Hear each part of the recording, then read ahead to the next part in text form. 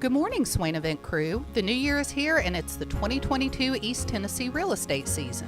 As I always do, I'm going to shoot straight with you. If you have a home to sell, then you need to give me a call ASAP. Inventory is low and I will get you the most money possible and more than you think trying to sell it on your own. If you are a seller that also needs to buy a home, you need to call me ASAP, as there are ways I can help you manage that situation and stay in your home until we find what you want.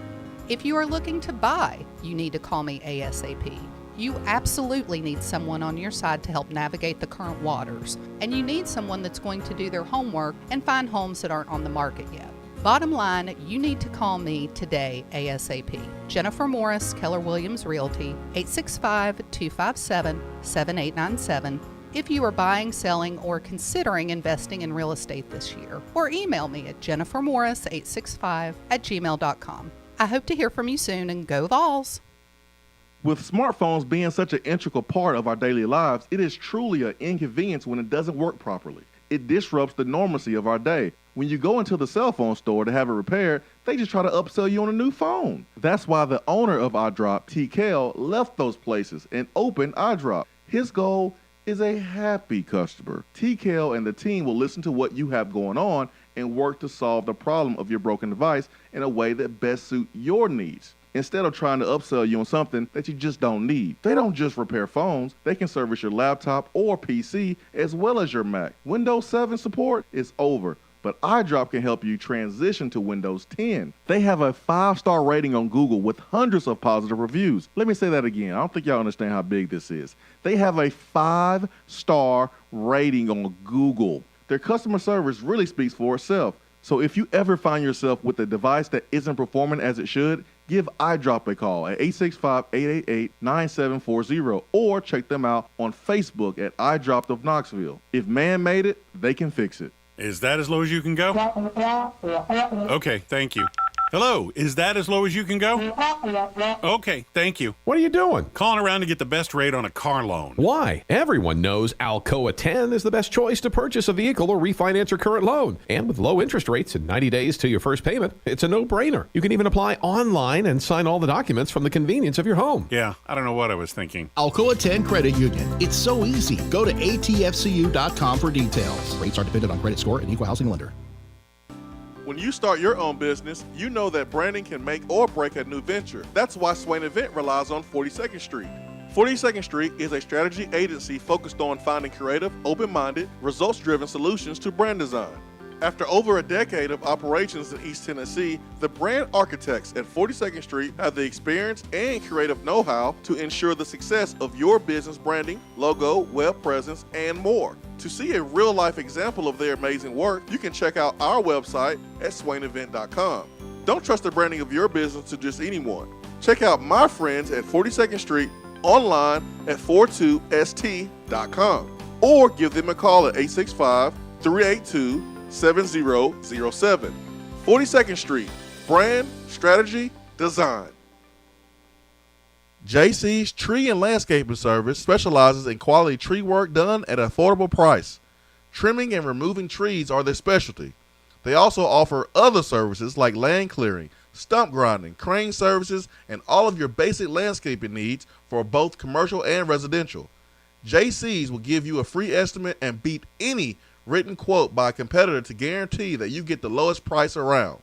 Don't risk your land with a fly-by-night service. JC's Tree and Landscaping is licensed and insured. Give them a call at 865-599-3799. Top 100 barbecue restaurant Dead End Barbecue is a no-brainer when you are craving the smoky flavor of quality Q. Dead End makes it easy to enjoy their fantastic menu with online ordering from Chow Now for pickup. Or if you don't feel like leaving the house, then have Dead End Barbecue delivered right to your door by Loco Knoxville or Bite Squad. Cheer on your favorite team with the best barbecue around. Check them out online at deadendbbq.com. Dead End Barbecue. The search is over. Deep down the middle's got his man, and he's gone. Jason Swain, touchdown. It's time for the Swain Event with your host, Jason Swain. My man. Real sports talk for the real sports fan. All you chumps are gonna bow It's time for the Swain Event, fueled by Dead End Barbecue. Give me 2 house and a Ric Flair.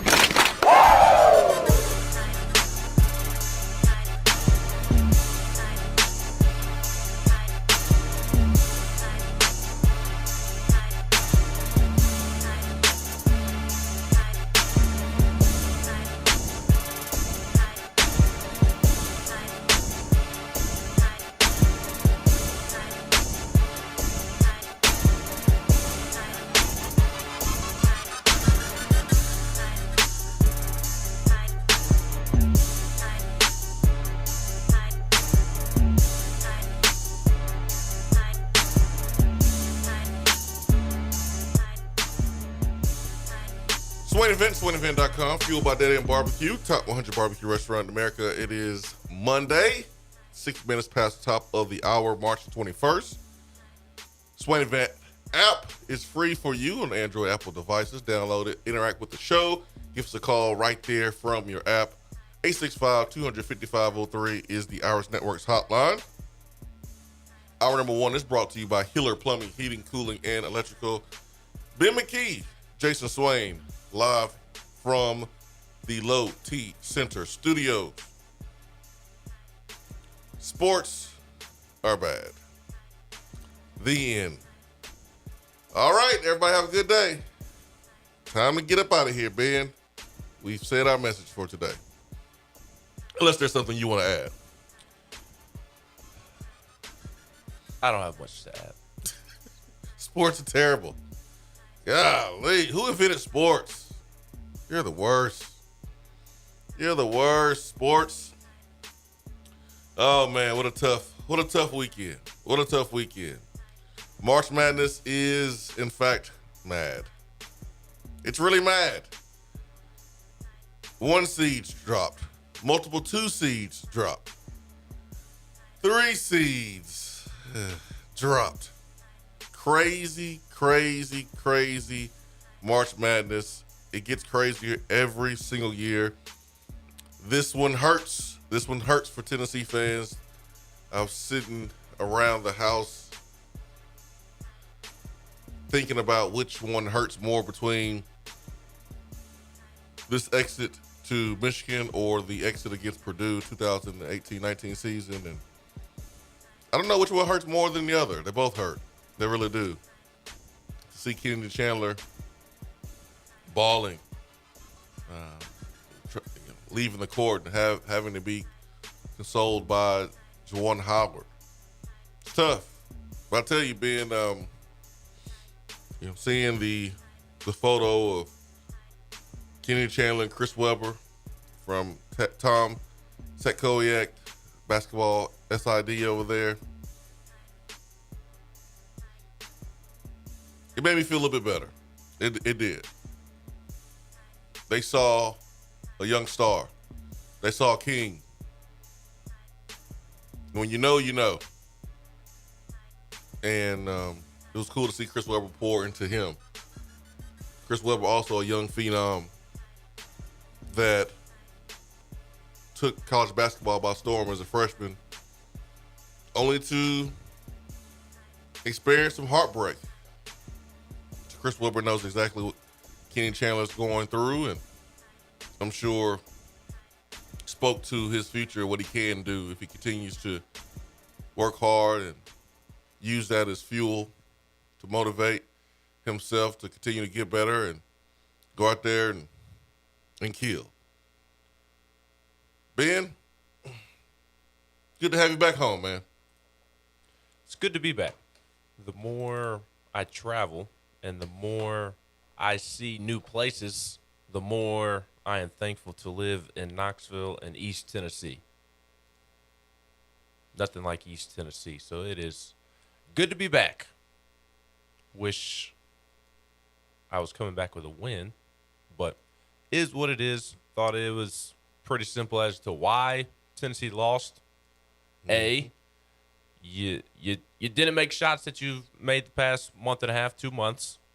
You just could not buy a bucket the last 10 minutes of the game. Zakai Ziegler misses 2 wide open corner threes that he hit all season long in late game situations. Not only did he hit them, but he hit them in late game situations time and time and time and time again. Mm-hmm. And it didn't go down. It didn't. And Sky's second one was halfway down and didn't go in. Josiah Jordan-James, who has been in fuego for so many weeks now, he was 0 for 6, I believe, from 3. Santiago Vescovi, the SEC's best three-point shooter, somebody who had just finished 5 for 6 or 4 for 6, something crazy. 6 for 8. 6 for 8 against 75%. Longwood. Yes, he was terrific against Longwood. I mean, he goes 1 for 5.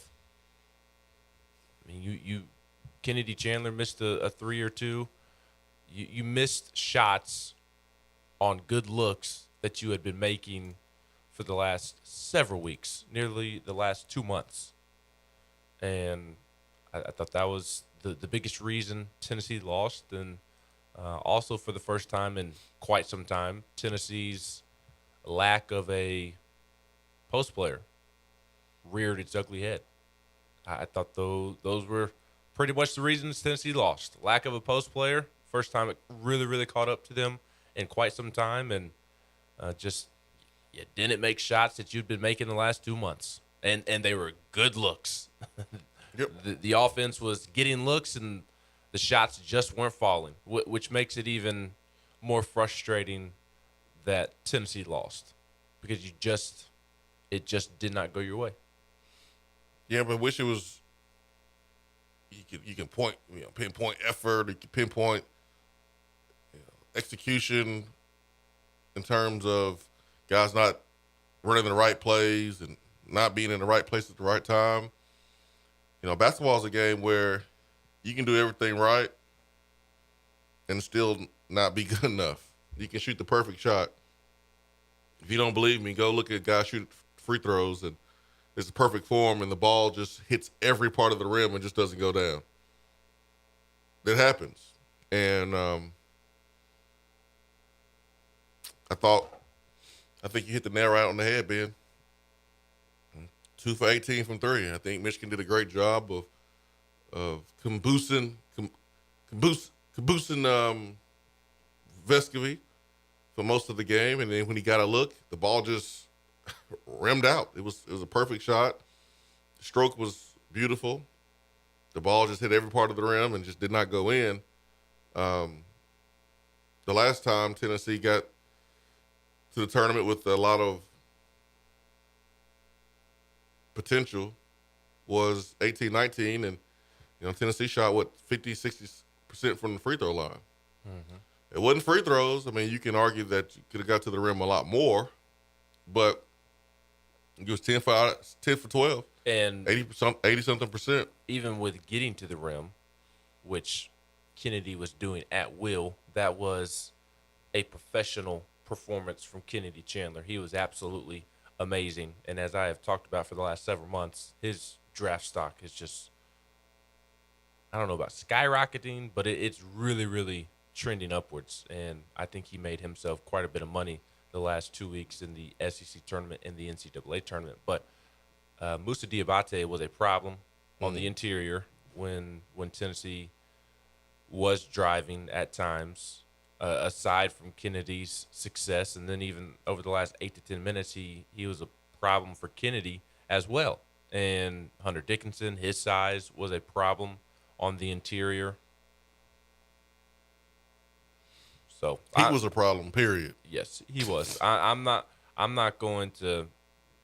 I mean, it was just a poor performance, and I think the majority of Vol Nation, a good chunk of Vol Nation understands that Rick Barnes himself did not choke the game away like some national media members want to write columns about, or some fans want to just completely blame Rick Barnes and not provide any context. I'm not going to sit here and blame Rick Barnes for the loss. I mean, he ultimately gets the blame because he's the head coach, but to act like Rick Barnes choked that game away, I'm not going to sit up here and do that. So if you're wanting to hear that thought process, you're not going to get it from me. And again, I think the majority of Tennessee fans understand that it wasn't a Rick Barnes problem like so many want to make it out to be. The shots just didn't fall. If I had to pinpoint something that I didn't like what Rick did, it would be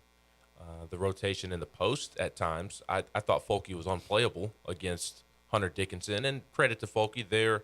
The last couple of minutes of the game, his effort and his intensity led to some tips on rebounds and on the offensive end, and allowed Tennessee to secure some of those plays. And I want to say he made a bucket or two there late, but Folke's not a good matchup with Hunter Dickinson, and I thought Rick needed to ride Urosh for the remainder of the game. Yeah, you have to give Urosh a spell at some point. He can't play 18, 20 straight minutes, especially when he's exerting so much energy guarding such a difficult matchup. But I thought Urosh did the best that he could. It's just that from a personnel standpoint, Urosh's best isn't good enough against Hunter Dickinson. And I also didn't like that he didn't bring back Jonas Adu. I thought Adu gave some good minutes early on. And then you didn't even see him the remainder of the game, so I didn't really like that. I didn't really like that we didn't see Brandon the rest of the second half after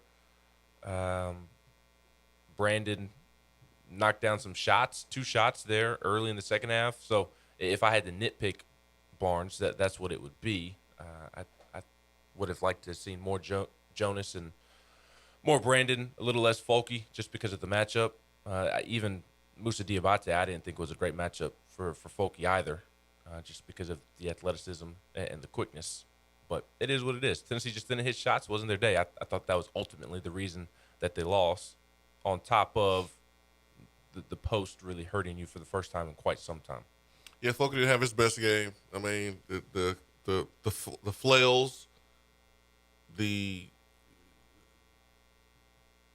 annoying. He didn't have his best day. I just leave it at that. I thought Urosh was the best cover on Dickerson. He's Tennessee's best cover. He's the only one that wasn't getting pushed around in the paint from our post players. I thought Adu gave us some really good minutes, but I don't really have any criticism towards Rick. Tennessee did a good job of getting open shots, running the offense. I don't think fatigue was a factor. I mean, my goodness, you've been playing since November. Our guys are in shape. It's not SEC tournament when you're playing 4 games in a row. We played 1 game and didn't even play the full game because we beat them so bad. I don't think fatigue was the problem. You had Eli Brooks, who the last time I saw a running hook shot like that was when I was 7. The last time. And that's when Magic Johnson did a running hook shot when he played for the Lakers. Like, an unbelievable shot. This was good defense, just an unbelievable shot. Lucky shot. Hunter Dickinson, 27 points. No one can guard him. 8 for 13 from the field. He was unguardable. And Urosh was the best guy that could cover him, but he couldn't even cover him. I mean, we make a basket on our end, and we gestured that Hunter Dickinson is too small, and then on the other end we give up an and 1. I mean, he torched us at 27 points. And the 2 things that concern us with this basketball team a month and a half ago and prior to that was post play and shooting the basketball. And they are linked to each other, because what if you don't make shots on the outside? You got to be able to go inside and get a bucket with someone that you can throw the ball into and create some damage in the paint. And we just didn't have enough of that on Saturday. It's really, really simple. And Rick Barnes didn't make any shots. He didn't shoot any shots. This ain't the show for you if you want to blame Rick Barnes for everything. I'm just going to say that right now. This ain't the show for you. I'm not going to get on here and talk about how Rick Barnes didn't do this and Rick Barnes didn't do that. At the end of the day, it's about guys making shots. And I think what you said about the nitpicking is fair. It's fair when you look back at it in hindsight. But in that moment, we had wide open looks. We shot the ball well from the free throw line. Hard to win when you only make 2 threes in a basketball game. And finished, 2 for 20? What was the final number on the threes? 2 for 24? 2 for 18. 2 for 18. So it's hard to win basketball games in today's era, shooting the basketball like that from the perimeter. And I think the other thing is Michigan played really well. And it wasn't that Tennessee was just playing poorly, and that's why Michigan was playing well. I thought it was a really high-level competitive basketball game. Mm-hmm. And I know this is going to sound crazy, but a Final Four Elite 8 level basketball game. That was the Michigan team that was predicted to really make a run this season, that was top 10 in the country in the preseason AP poll. They have so much talent on that roster, and it's been inconsistent all season long, and it finally came together for Michigan on Saturday against Tennessee. And I don't really think that it was a result of Tennessee just playing poorly. Obviously, there are going to be things that Tennessee did not do to contribute to Michigan playing well, but I thought for the most part, it was just a really good competitive basketball game with 2 really good teams going at it. And maybe I shouldn't be bringing it up on a Monday right after the loss. Maybe this is for a week out of it or whatever, a week after the game. But that's where Tennessee being a 3 seed hurt Tennessee, because they did run into Michigan, a talented Michigan team who should have never been an 11 seed in the first place. If Tennessee's a 2 seed, as they should have been, they avoid Michigan. And I realized that Michigan went 17-14. Don't really have any idea how Michigan went 17-14. Sounds like COVID impacted them earlier in the season, had some guys out, and it really made life hard on them from that point on to get a sense of consistency going. But I think that's the other thing that played into it. And we talked about good luck, bad luck in the NCAA tournament and needing luck to be on your side for several weeks going into March. And it's just kind of bad luck that you caught a very talented Michigan team in the second round. And they played their best game of the year. And, again, I truly believe that it wasn't necessarily because Tennessee just allowed them to play their best game of the year. They had all of their talent on their roster come together at the perfect time. Yep. It just kind of is what it is. Yep. That was a high-level college basketball game in the NCAA tournament. And unfortunately for Tennessee, it came in the round of 32 when it probably should have been Sweet 16 or Elite 8. Yep. It would not surprise me at all if Michigan goes on to the Final Four or the Elite 8. They played really well on Saturday against Tennessee. It wouldn't surprise me at all either, man. 865-255-03. Tennessee accomplished something that a Tennessee team has not accomplished in 43 years. That's winning an SEC tournament title. So they did that. But the postseason goals after the SEC, were not met. So it was a really good season. And that's as far as I'll go. It was a really good season. And these players have an opportunity to come back better and stronger, and they're already together. We see that it matters. It matters to a guy like Kenny Chandler, who's an instant millionaire. He's an instant millionaire. He's going to make $3 or $4 billion a year. Easy. But it hurt. It hurts. And I appreciate Kenny Chandler for giving us all. That's all we ask of our athletes to do, is to give their all for Tennessee. And Kenny Chandler did that. Chef Chandler did that. So thank you, Kennedy. Thank you for giving everything that you had every single day. Thank you for coming to the University of Tennessee. Thank you. 865-255-03. We'll take our first break of the day. Hour 1 is brought to you by Hiller Plumbing, Heating, Cooling, and Electrical. Be right back.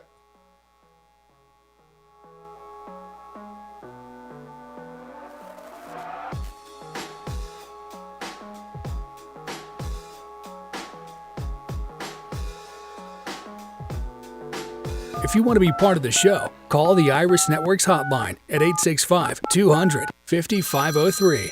Hello? Is that as low as you can go? Okay, thank you. Hello, is that as low as you can go? Okay, thank you. What are you doing? Calling around to get the best rate on a car loan. Why? Everyone knows Alcoa 10 is the best choice to purchase a vehicle or refinance your current loan. And with low interest rates and 90 days to your first payment, it's a no-brainer. You can even apply online and sign all the documents from the convenience of your home. Yeah, I don't know what I was thinking. Alcoa 10 Credit Union. It's so easy. Go to atfcu.com for details. Rates are dependent on credit score and equal housing lender. When you start your own business, you know that branding can make or break a new venture. That's why Swain Event relies on 42nd Street. 42nd Street is a strategy agency focused on finding creative, open-minded, results-driven solutions to brand design. After over a decade of operations in East Tennessee, the brand architects at 42nd Street have the experience and creative know-how to ensure the success of your business branding, logo, web presence, and more. To see a real-life example of their amazing work, you can check out our website at swainevent.com. Don't trust the branding of your business to just anyone. Check out my friends at 42nd Street online at 42st.com or give them a call at 865-382-7007. 42nd Street, brand, strategy, design. JC's Tree and Landscaping Service specializes in quality tree work done at an affordable price. Trimming and removing trees are their specialty. They also offer other services like land clearing, stump grinding, crane services, and all of your basic landscaping needs for both commercial and residential. JC's will give you a free estimate and beat any written quote by a competitor to guarantee that you get the lowest price around. Don't risk your land with a fly-by-night service. JC's Tree and Landscaping is licensed and insured. Give them a call at 865-599-3799. Top 100 barbecue restaurant Dead End Barbecue is a no-brainer when you are craving the smoky flavor of quality Q. Dead End makes it easy to enjoy their fantastic menu with online ordering from Chow Now for pickup. Or if you don't feel like leaving the house, then have Dead End Barbecue delivered right to your door by Loco Knoxville or Bite Squad. Cheer on your favorite team with the best barbecue around. Check them out online at deadendbbq.com. Dead End Barbecue. The search is over. For a replay of each day's Swain Event TV, subscribe to the Swain Event channel on YouTube.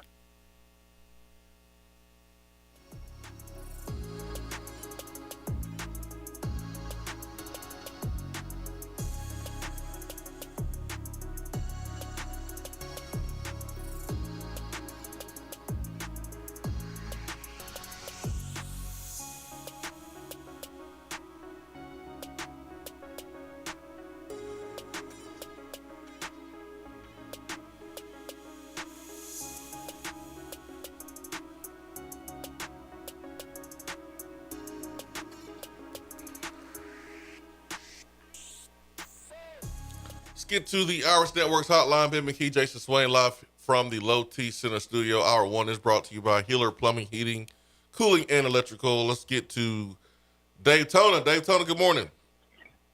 Hey, guys. Good morning, Dave. Hey, I just want to comment on the basketball thing, and I want to thank whatever listeners have had me in their thoughts and prayers. I lost my uncle Tuesday. Had to put Steeler down on Thursday, so it's been tough. But we're going to get through it. It's the only thing we can do, right? That's right. Okay, about the basketball game. Sure, I would have liked to have seen us go a little bit further. But I'm going to tell you what.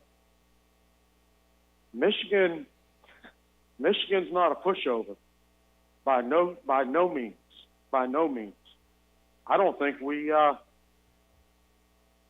took the game lightly, but I don't think that we knew that they could play that well. I felt bad for Scovey. Man, he was getting screened all the time, and I'm talking about he was taking some chunk of hits, running into a brick wall. And I think he showed as much of a better defensive player that he has become. I think he showed he's still a step or two slow to watch a quick guard. But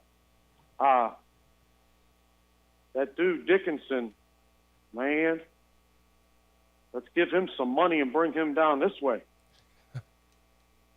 Good Lord, that boy has a soft touch. He's smooth. He's smooth. He got a punchable face, but he's smooth. So just looking at it this way, okay, we've got to get a solid, I mean really solid big man.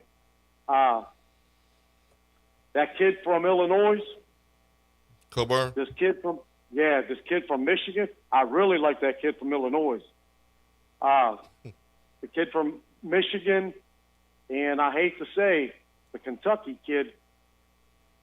Man, those are the three best big men in the nation. So you want to get a couple big men like those guys. I mean, those guys are not in the portal, so. Yeah, I know that, but I know that we're going to get better. Our big guy has showed great improvement, but his gestures too small, and then you get it thrown right back in your face the next play. Mm-hmm. I was like, dude, stop! You're too much. But and I know Brandon Huntley Hatfield and I'm sorry, what's the other guy's name? Jonas Adu. Yeah, I think we're going to be pretty good underneath, but we need that size and that muscle. Those three guys that I just mentioned, they're solid players and solid frames.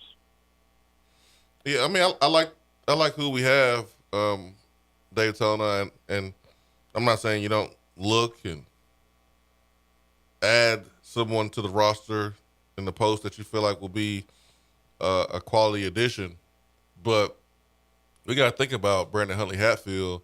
He's supposed to be a senior in high school, and he just went through one season of college basketball. He is probably going to improve more than anybody else on this team if he takes the offseason seriously, because your most improvement comes from your first year to your second year. So he has the body. He gains some more confidence. He sharpens his act some in some different areas. Brandon Huntley Hatfield can be that for Tennessee. You pair him with Jonas Adu, you get you another big man. You got Olivier coming back. Like, you got some offensive skilled players coming back. You just got to get stronger and mentally tougher and just be a straight pit bull down in the paint. Guard play is going to be a question, not because it's not going to be good, but you don't know how B.J. Edwards is going to come in and how he's going to adapt. Zakai Ziegler is special. Yes, Zakai will be your starting point guard, and hopefully people do not have expectations for B.J. Edwards like they did Kennedy Chandler. B.J. Edwards is not coming in as the prospect that Kennedy Chandler came in as. I think he's going to be really good for Tennessee, and I think he will play as a true freshman. But, again, I hope people don't have expectations that he's going to come in and do what Kennedy Chandler did, because he's not. He's not Kennedy Chandler, yeah. So, point guard and backup point guard, that's going to be a question. We still got to be able to shoot the ball from the outside. Vescovi technically could go play pro ball overseas, but we'll see what he wants to do. But this team has the culture in place. It hurts. It hurts losing. And I'm not saying that Jabari Smith don't care. It didn't look like he cared. But it didn't look like it. No. It didn't look like it. Because he knew he's about to get paid. The difference between him and Kennedy. Yeah. And look, Kennedy knows he's about to get paid too. Not number one overall pick in the NBA paid, but Kennedy's still going to get a nice chunk of coin. And there was quite the difference on the face of Jabari Smith compared to Kennedy Chandler. Mm-hmm. There were much different emotions between the two. And look, we don't know Jabari Smith personally. Maybe that's his personality. Maybe. So don't want to read too much into it, but just what the body language showed on television, much different than Kennedy Chandler's body language. So I was really frustrated Saturday just with the loss, but man, what a season and what a run Tennessee made, and that's why it was so frustrating, because this team became so likable with the way that they were playing, the cast of characters, all great young men and people to root for, and you just want them to have success. And I talked about it several times. I just wanted them to win just to avoid all the negative talk that was going to happen if they didn't make it to the Sweet 16 or the Elite Eight. I knew that if Tennessee lost again, Rick was going to catch stray bullets again. And look, he's starting to catch those strays from the Dan Wilkins of the world, saying that Rick Barnes every March puts on a rainbow-colored wig and a red clown nose, dresses up as a clown every March. And I understand that Rick, throughout his career, has struggled at times in the NCAA tournament, but I just don't understand how you can watch Saturday's game against Michigan and think that was because Rick Barnes choked in the NCAA tournament, that Tennessee lost because Rick Barnes did a poor coaching job. If you want to watch a team lose earlier than they should because of a poor coaching job, I hope you tuned into Miami and Auburn last night, because I saw a 99-year-old man on the sideline of Miami coaching circles around Bruce Pearl. That's what it looks like when a coach isn't putting his team in a good situation to win. Tennessee was put in a good situation to win. The shots just did not fall. And not saying that Rick Barnes is completely excluded from criticism. He obviously deserves criticism. He's the head coach. His team lost earlier than it should, but that shouldn't be the first thing that's brought up. And you really have to nitpick that particular game to pinpoint Rick as an issue. The shots didn't fall. I mean, it's as simple as that. If the shots fell that Tennessee had made the last 2 months of the season, Tennessee wins that game by double digits, and we're sitting here talking about a matchup with Villanova in the Sweet 16, a potential matchup with Arizona in the Elite Eight. I'm getting ready to fly to San Antonio tomorrow, and nobody's saying a lick about Rick Barnes. And the only difference was that Tennessee missed open shots that it made for the last 2 months of the season. Yeah, it's just lazy. Hunter Dickinson, 27 points today, or last game, had 21 against Colorado State. He had 15 against Indiana, 21 against Iowa in the Big Ten second round. He had 33 against Michigan State. He's been doing this all game. All season. All season. 28 against Purdue early in the season, when Purdue was ranked 4th in the country. Had 25 against Michigan State, when Michigan State was 10th. The dude was doing this all season. And he was a true freshman last year. And where he came from as a freshman last year to right now, I won't say it's night and day. But man, he had a lot of potential last year, but goodness gracious, he has come into his own in the second year, and I expect Brandon Huntley Hatfield to do the same. I expect Jonas Adu to do the same. So it's okay to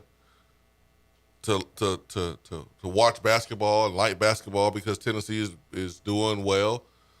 But don't be lazy. Don't look at what somebody else is saying and then take their uneducated opinion as your own just because they're saying, oh, it's Rick Barnes.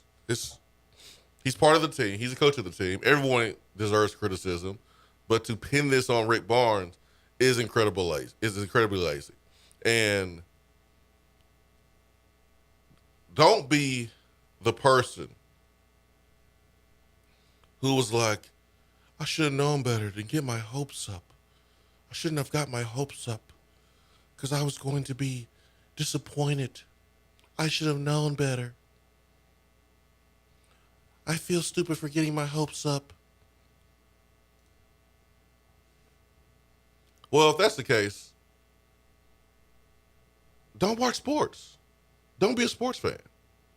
Because part of being a sports fan is the emotional roller coaster that your team will put you on. Don't be a sports fan if you're afraid of being let down, because you have to make yourself vulnerable to truly, truly, truly understand and feel the joy when your team does win.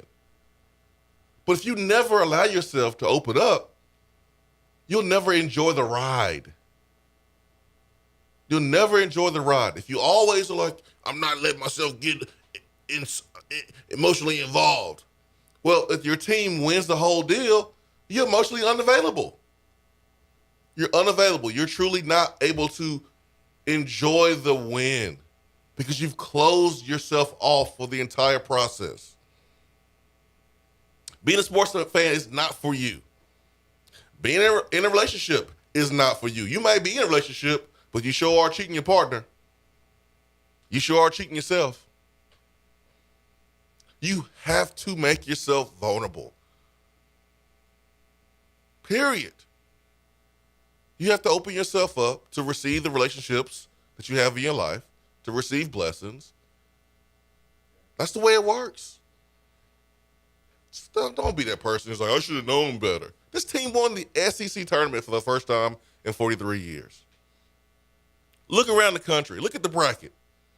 Look at the bracket. Look at the bracket. You have to be perfect in March Madness. You have to be dang near perfect in March Madness. And have luck on your side. To advance as far as the Final Four or advance at all. It's a single elimination tournament.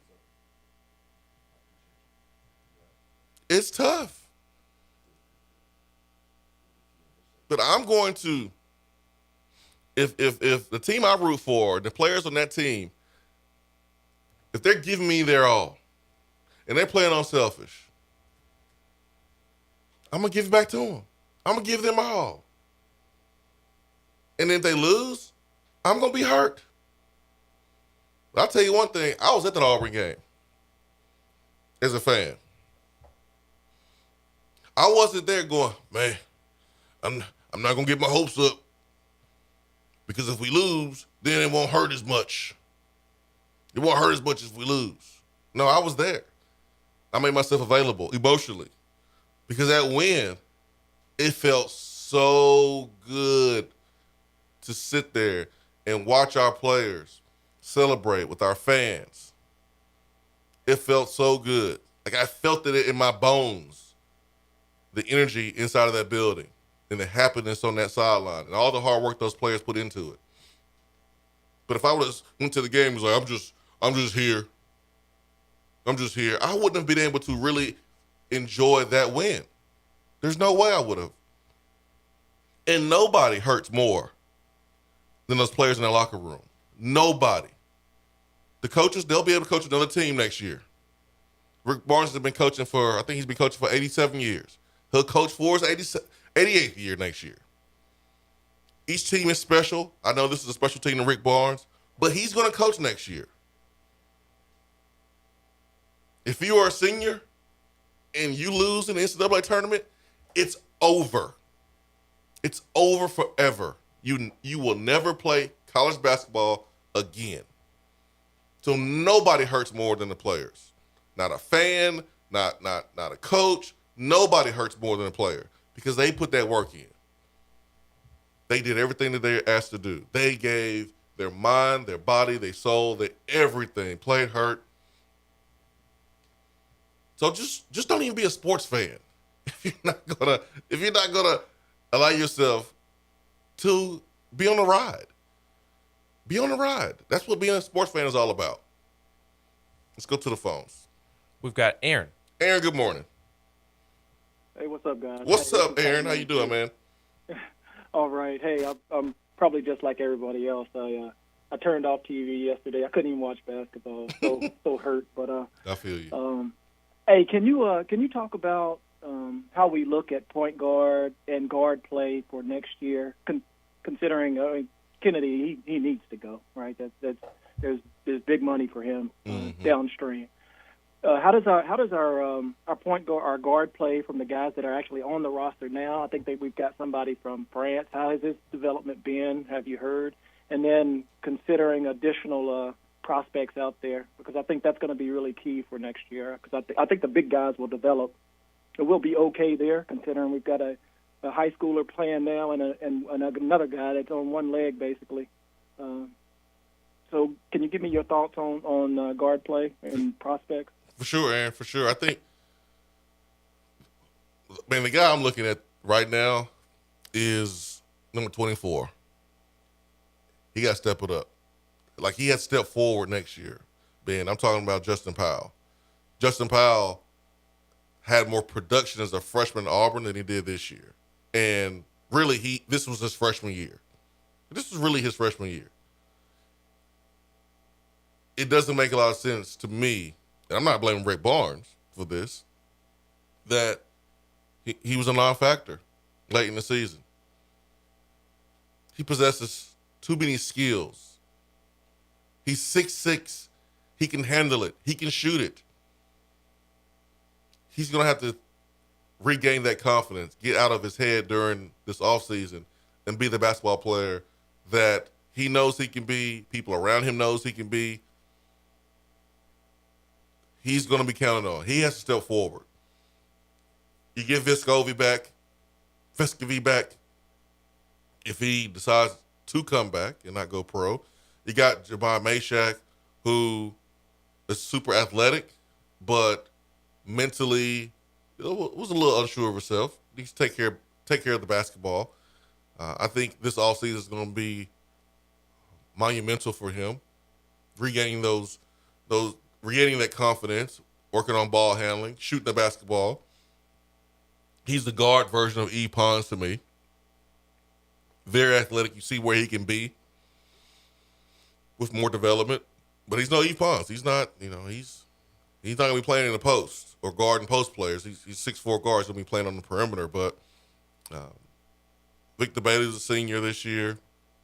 He could come back from a COVID year. He could come back for his COVID year, his free year of eligibility. But I wouldn't be surprised if you see Victor Bailey Jr. link up with a former Tennessee assistant who he had a great relationship with.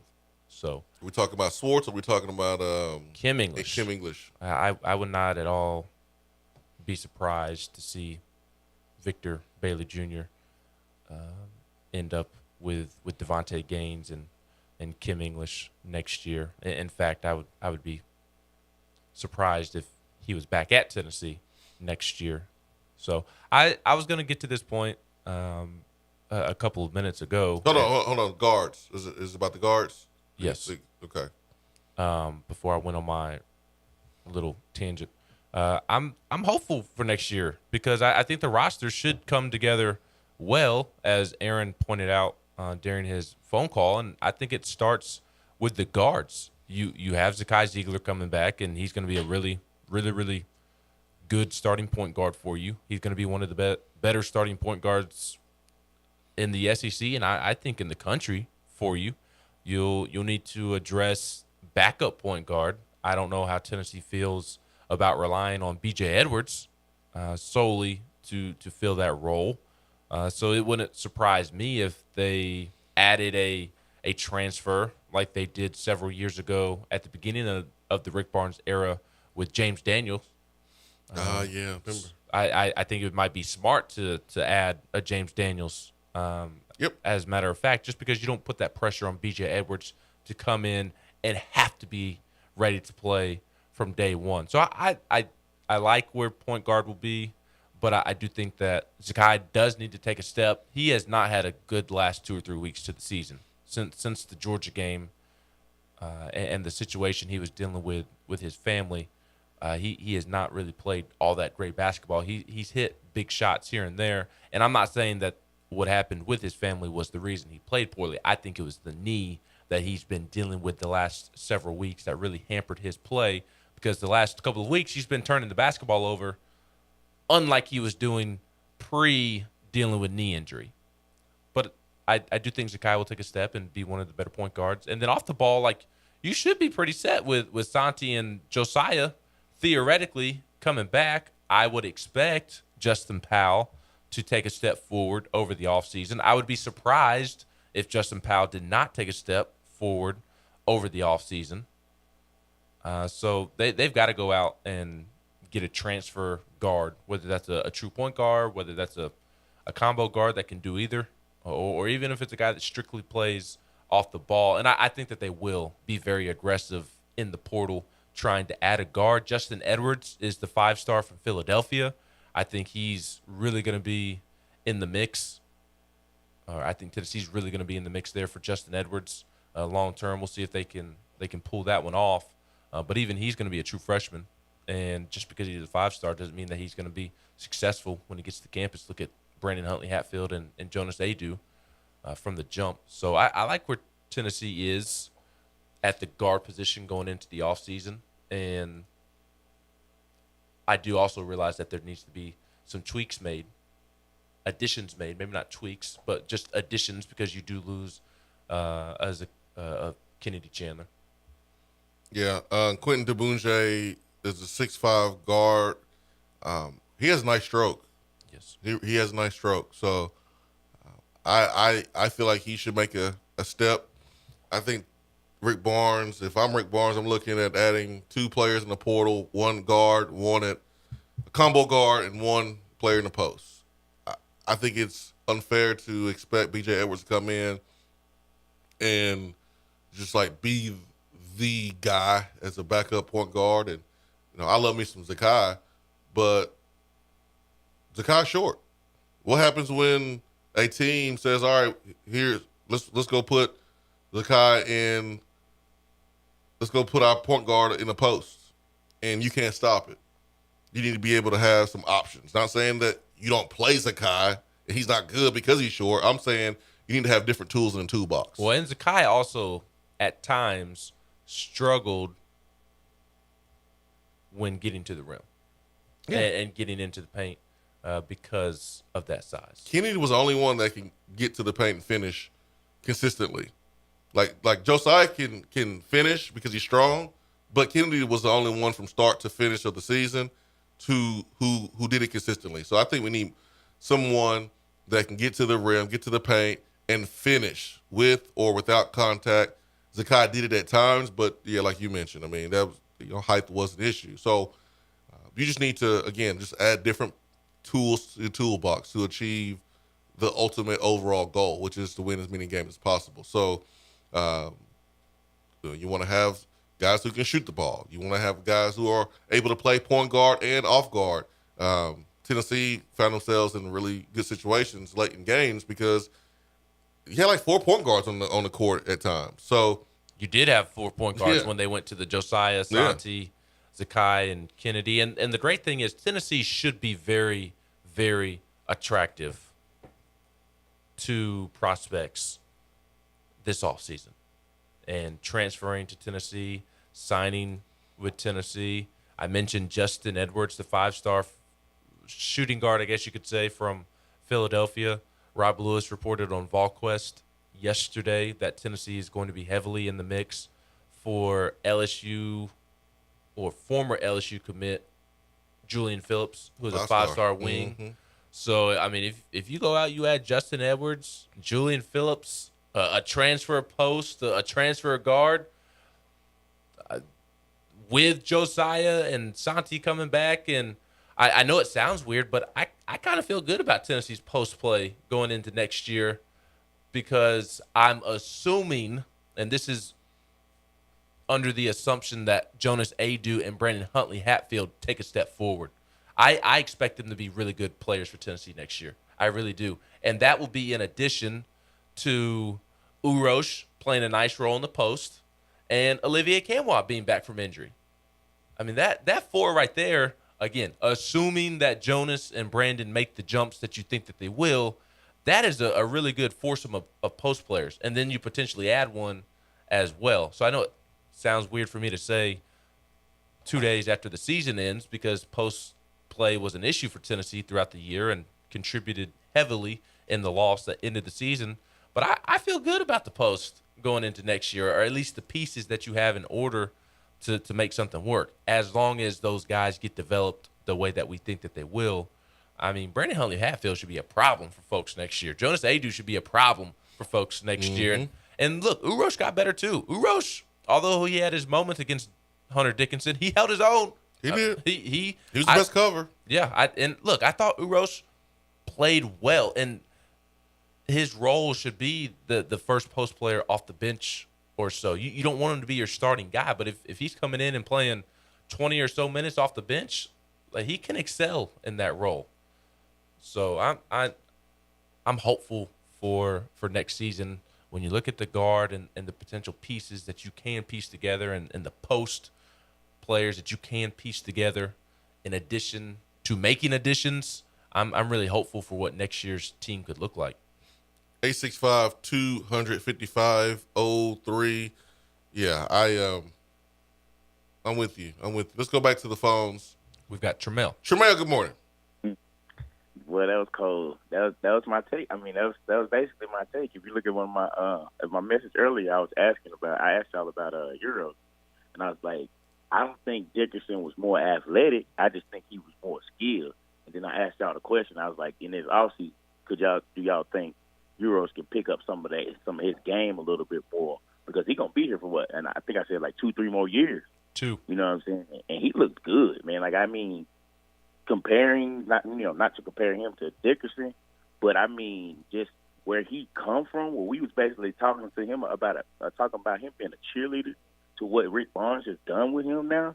You know what I'm saying? Just imagine what he gonna do with the other 4 post players. Like, that was my whole take, was like, we're gonna be kind of big, like bigger in the post next year. Like, I mean, I think what he did with Santi is the same thing I think he hopefully will happen with Justin Powell, because, like you said, the coach down in Miami ran circles around Bruce Pearl.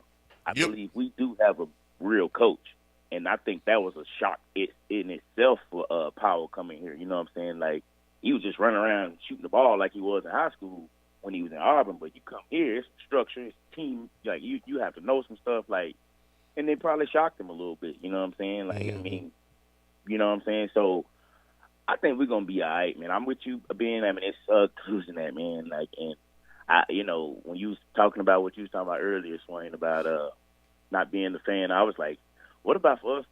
What about us other people that's just been in the whole goal, our whole heart in this thing, been in this thing? You know what I'm saying? And like, whew, like that game the other night was just like, it's part of it. Tremel, it's part. Have something nice. It's part of it. I mean, I know. Yeah, it's part of it. Like we as players, we put our hearts in it every single day. I know. Yeah, I know that. I know. I know. I mean, you know what I'm saying? I'm just saying, it's just so much weight, dog. Like we got heartbreak after heartbreak all the way back to the LSU game in the SEC championship game for me. Tremel, one team wins the championship. There's only one team that wins the championship. Everybody's going to experience heartbreak. You know I know this. That's why I said it. That's why I was thinking this year was a really great season. I mean, it sucked. Like, you know what I'm saying? Because, I mean, honestly, our ceiling for where we've been as Tennessee fans of basketball is the Elite Eight. We've been to the Elite Eight once. Yeah. I think. Mm-hmm. Yeah. I mean, so it ain't even like, we just not becoming a so-called blue blood. And I think we're really taking that form as far as the basketball goes. But, I mean, it hurt a little. It hurt, man. I had to get over it and, like, calm down and then just realize, like, what I just told y'all about now. The post players, Justin Powell coming back. Hopefully he having, like, a Santi off season, you know what I'm saying? And bringing in some guys that's, it's going to look attractive. You're going to come here and get coached hard. You're going to see Bro go to the NBA, get probably drafted higher than most of all Rick Barnes players, other than Kevin Durant. I could see it because, I mean, you know what I'm saying? Like y'all said, it skyrocketed more in the SEC championship. And then he had 7 assists in the first half. 8 minutes of the game. I was like, dude, what are you doing out here, bro? He was the chef. He was really the chef. I thought he was going to finish with a double-double. He had 9 assists with like 10, 15 minutes left. I seen that when I said, bro, he got, because I was, so emotionally invested. just watching the game. Then they showed his stats at the bottom. I was like, dang, that brother's out there dishing. I was like, yeah, he is, driving to the basket and facilitating and then dishing it off is how he got most of his assists, which was beautiful. It was beautiful. But yeah, man, I'm with you, Ben. I think the season next year is gonna be pretty bright for us in basketball. I guess we on the baseball, and it look like Tony ain't playing out there. Nope, he is not playing. And appreciate the phone call, Tramel. Hope you have a great week, my friend. Tennessee baseball starts off SEC play on the right foot. Outscored Carolina 23-5 over the weekend. Dominate them yesterday 10-0. Struck them out 30 times, hit 10 home runs. But it gets real fast now. You go to number 1 Ole Miss this weekend. Next weekend you go to number 4 Vanderbilt. Be a fun 2 weeks of Tennessee baseball. On the baseball season. And spring football starts tomorrow. Spring football practice. They practice tomorrow, Thursday, and Saturday. So Tennessee football will be on the practice field this week. Media availabilities throughout the week. I believe Josh Heupel is talking to the media after tomorrow's practice. I believe coordinators are talking later in the week. Players will be talking. So on to football and on to baseball. That's right. Hey, you want a championship? Baseball's going to be your best bet. Tennessee baseball can win a national championship this year. I'm not saying that they will, but in my opinion, Tennessee, Ole Miss, Vanderbilt are the 3 best baseball teams in the country right now. And funny enough, it'll be Tennessee, Ole Miss this weekend, and then Tennessee, Vanderbilt next weekend. Oh, yeah. But Tennessee has the ingredients to win a natty. This year's team, we'll see how it all plays out. We're through 1 weekend of conference play. We'll learn even more about this team the next 2 weeks, but I think that this team's better than last year's team. Just from a depth standpoint, I think that's the biggest difference. Without Tidwell right now. Without Tidwell, without Blake Tidwell, and without Seth Halverson. Yeah, so you've got some talented bats who haven't really got going yet either, on top of the bats that are going. Yep. Absolutely, man. Absolutely. 865-255-03. Hour 2 is coming up. Stick around.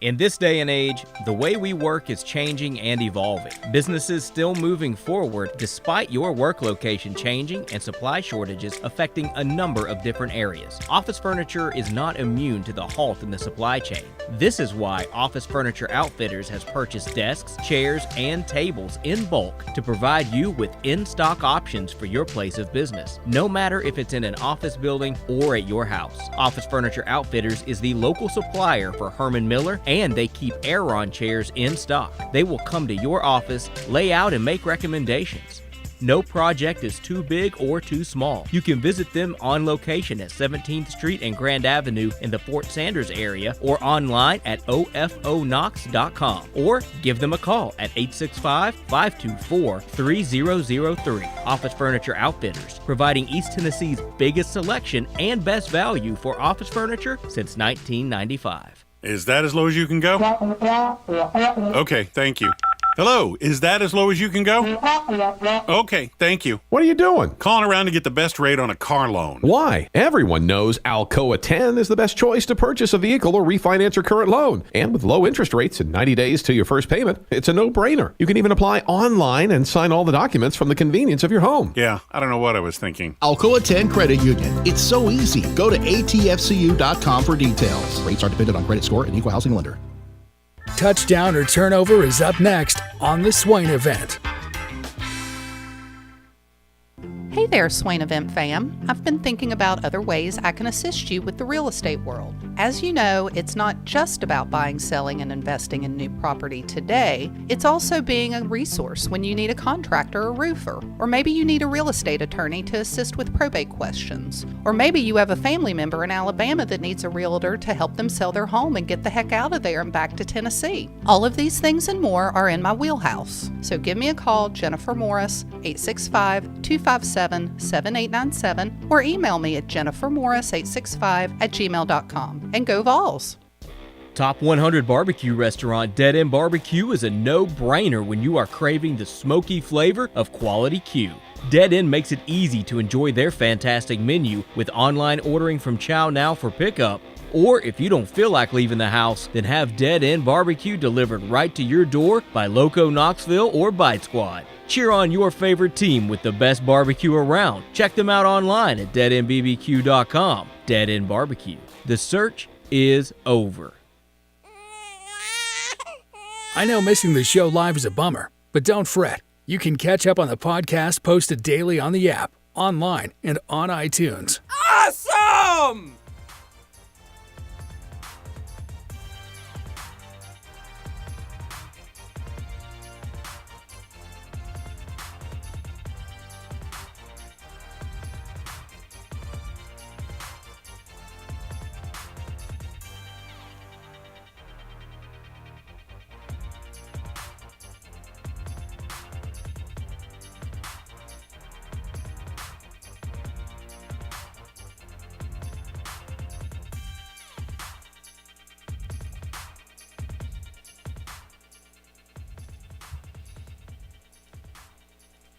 Let's get to the Irish Networks hotline. Hour number 2 is brought to you by Action 247, Tennessee's only legal sports book. Use the Action 24 app for your first deposit. Get a 50% match up to $800 using the promo code Swain Event. Let's get to Don. Don, good morning. Good morning, gentlemen. Good morning, Don. Well, sun's finally come back out a little. A little bit. Yeah, I tell you, yeah, it was a rough Saturday. I mean, as early as that, well, it wasn't a real early game, but it was, it was mid-afternoon game. I didn't watch another second of basketball. I just can't do this. I just can't do it. And I didn't really yesterday until I started catching some of the late games that were tight, just to kind of, see how some of the other teams are doing, and especially comparing them to us. I seen a little blurb online about saying Joe Lenardi was smiling after Tennessee lost, and I thought, well, was he smiling after Auburn's loss, Kentucky's loss? How about Baylor, number 1 seed, out? And Arizona, I did watch into that game, and they are very fortunate that wasn't another one, number 1 sitting at the house. I mean, of course, if you're like Purdue and get to shoot 44 or whatever it was free throws, it's kind of hard to lose. Yeah. That was about ridiculous. Yeah, it's hard to take, but I'm like you. I mean, Coach Barnes didn't go 2 for 18. And it wasn't like we jacked up a bunch of contested threes. Well, in the last couple of minutes or more or less, we missed wide open threes. I mean, never thought Triple J go over 6. It's just, and Ziggy go over 4. You can go on down the line. But that's March Madness. That's what they call it. Looked like Duke was done until a lot of strange whistles started happening. This is Coach K's last tournament, guys. Just a reminder. Oh, okay. Yeah. We need to let you know. Coach K. We love him, and he's about to, going to depart into the sunset. It was just, I don't know.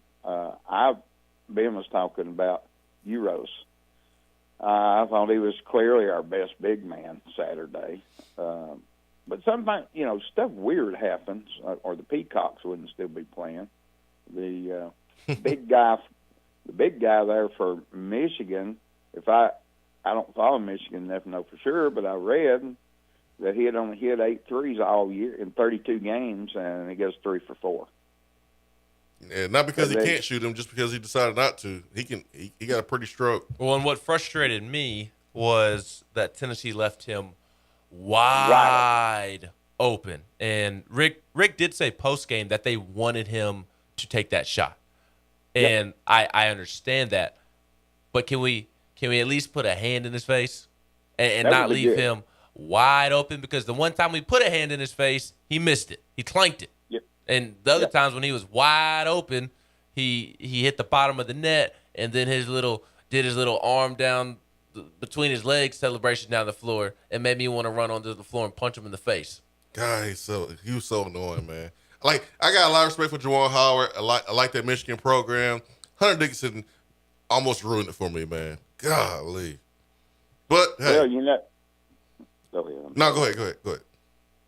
Well, I was just talking about as bad as our conference has performed. Has anybody seen how many have survived the conference with the most teams in the tournament? The one that sent 9. How many of them still standing? Is it Big 10 or Big 12? No, I was talking about the little 14 up north. The 14. Yeah, the little 14. That's what I call the Big 10. Oh, okay. Yeah, they got a couple of teams in there. They got Purdue still in there. And they got Michigan and Iowa State. No, Iowa State's Big 12. No, it's Big 12. I think it's only 2 they got left. They got 2. Yeah, they got 2. SEC just got 1. Been a bad weekend for the SEC, and Arkansas deserves credit for winning, but they haven't looked good in their 2 games. No. And that made I was mad watching Arkansas play, because Tennessee plays New Mexico State, and whoever that other first round team was that Arkansas played, Tennessee wins by double digits and is in the Sweet 16. Oh, sure. Well, you can look around, where a lot of them are. If we're playing the Peacocks instead of Kentucky, I believe we beat the Peacocks. But you can go on down the line. And the draw means a lot and everything. But kind of like it was when Auburn went to the Final Four there a 3 years ago. We definitely should have walked into the Final Four that year. Lead 8 at the worst, but we didn't. It's just weird, how all that goes. Switching gears a little bit, Ben's already talking about it. The only salve I had over the weekend was taking time to watch Tony V's boys just rip the hide off the baseball, and then South Carolina, who was coming off 2 wins against Texas, had no hope against Tennessee's pitching staff. None. It was just that thing. That game yesterday with Drew Beam was just unbelievable, and it's hard to believe he's a freshman. How'd you guys like Tony V running out that boy from that big 6'6" guy from South Carolina there late? Yeah, I enjoyed that, and the conspiracy theorist in me, and Swain knows I'm not a big conspiracy theorist, but I truly think I'm onto one in this situation. What Don is referring to is Wyatt Evans, a freshman lefty for Tennessee who does not pitch a lot. He's going to be good for Tennessee, but just there's a lot of pitching depth, so really no need for him to pitch a lot at the moment. He's been good when he has pitched, but he comes in yesterday to start the 9th inning for one batter. And why? Coincidence that he's from Greenville, South Carolina. Let's go. And it was a big recruiting win for Tennessee over South Carolina, and maybe South Carolina's coaching staff felt a certain type of way when they weren't really willing to give him the money that Tennessee was willing to give him, scholarship-wise. That is scholarship money. Tony V came in and threw a lot of scholarship money at him, more than the South Carolina staff felt like they deserved Coincidence? No. That Wyatt Evans comes in and faces one batter? Not a coincidence, man. Against South Carolina? This is Tony Vitello, man. The petty king. Remember? Yes, he is truly the petty king. When it comes to recruiting, remember this is why him and Dave Van Horn in Arkansas got into it over recruiting. So you know Tony was like, oh, okay. Oh, this is going to remind you. Yes, 1,000% why Wyatt Evans pitched, because South Carolina was butthurt when they lost out on him. He was committed to South Carolina at one point, I believe, and then Tennessee comes in and throws a lot of money at him. And again, he's from Greenville.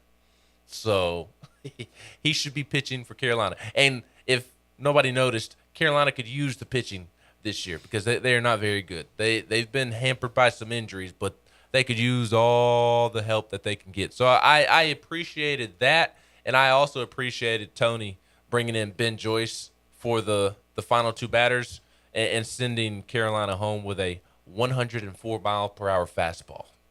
Here's Wyatt Evans, who you lost to me in recruiting, and here's Ben Joyce, who is pumping 104 in the top of the ninth inning with 2 outs in a 10-0 baseball game in which we have beaten you 23-5 on the weekend. Here's 104 on the way home. Forget Triple O. Tony Vitello is the true petty king. Yes, hey, facts.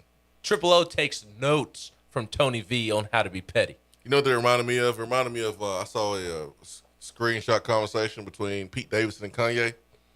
And Pete Davidson reminded Kanye that he was with his ex-wife. Like, that reminded me of that a little bit. Tony was like, hey, just want to remind you, we took this player from your backyard. He's so petty. He's so petty. This is from your backyard. He ours. We just want to remind you. I love it. All right, let's get to Justin in Florida. Justin, good morning. Hey, good morning, guys. How we doing? Good, man. How are you? Good. Yeah, I do like that petty approach by Vitello. Just that little nudge, little jab in the ribs as they're getting on the bus, heading back to Columbia. I mean, I love that, man, and I think that speaks to the attitude of the whole team and the whole program in general. So, love it. Keep that going. Want to kind of ask you guys something, and you referenced it oddly enough on the previous call, and that's sort of the Big Ten having so many teams still in the tourney versus the SEC. And Ben, I'm gonna ask you for help on this, but does it seem like Rick Barnes is kind of going the Billy Bean route in terms of basketball? And what I mean by that is, the metrics say, this style of offense is going to, lead to more points and, taking a lot of three-pointers.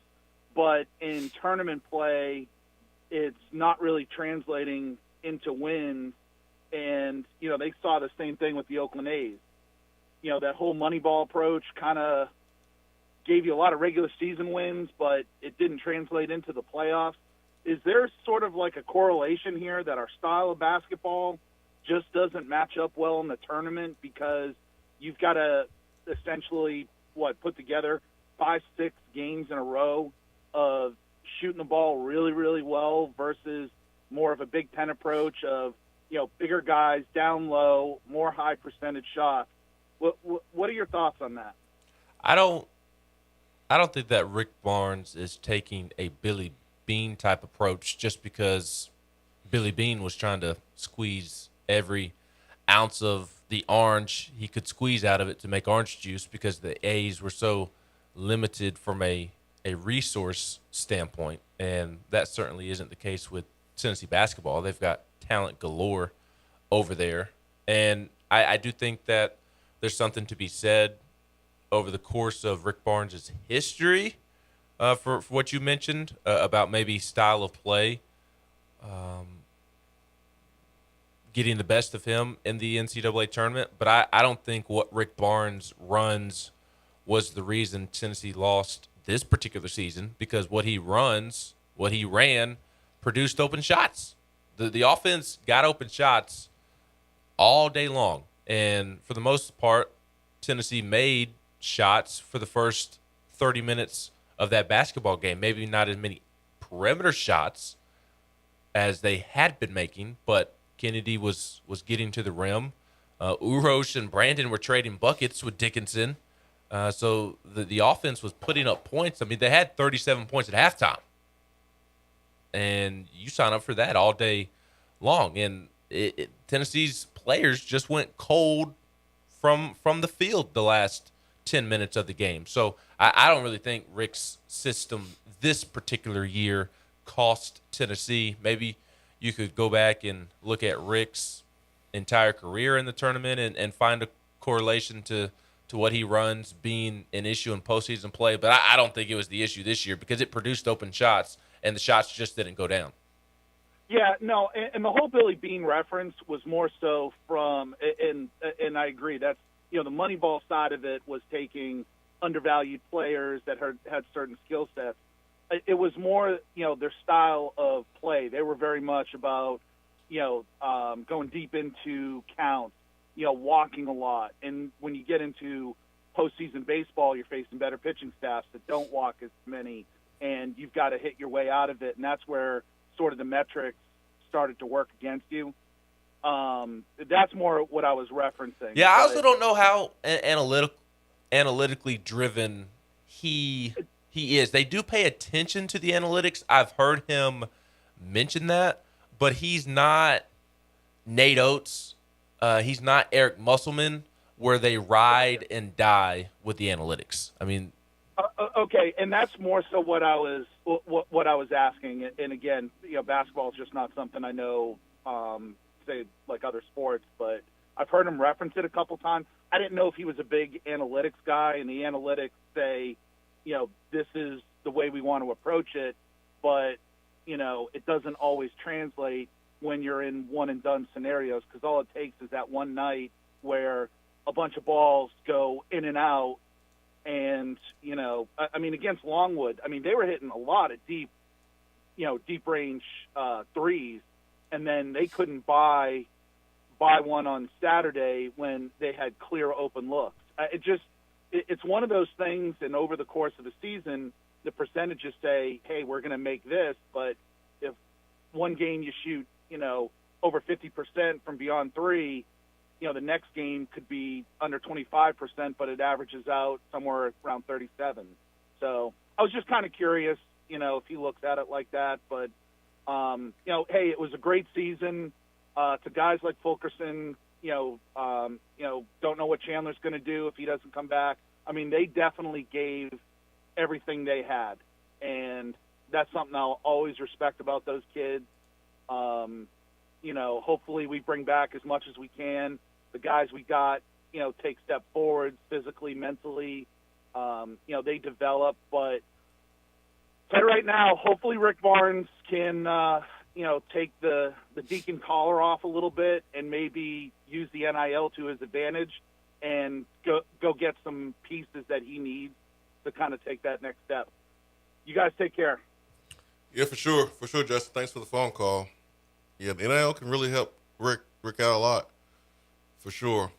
And there's been players on his team that have benefited from the NIL.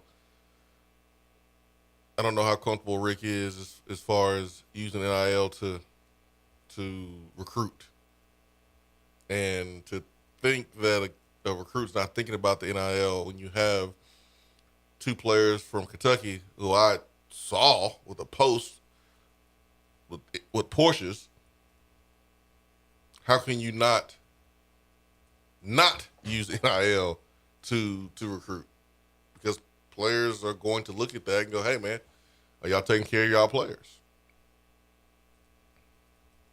I think that's going to be important. So hopefully Rick embraces it, and I'm sure he will. Rick is smart, and like I was saying, they are just not gung ho on analytics. They monitor them, they pay attention to them, they do their homework when it comes to the analytics, but they don't base every single decision off of analytics. Nate Oates, Eric Musselman, they base every decision off of what the numbers say. Rick Barnes still has that old school approach of, having a feel for what's happening and making, and he's willing to make a decision if he feels like it is the best decision, even if the numbers may not support it. When we shot 18 threes. Right. So And I think the biggest thing was that he adjusts to his personnel. And that's why you saw Tennessee be a more perimeter-based team this year, because they didn't have any post players that you could really rely on.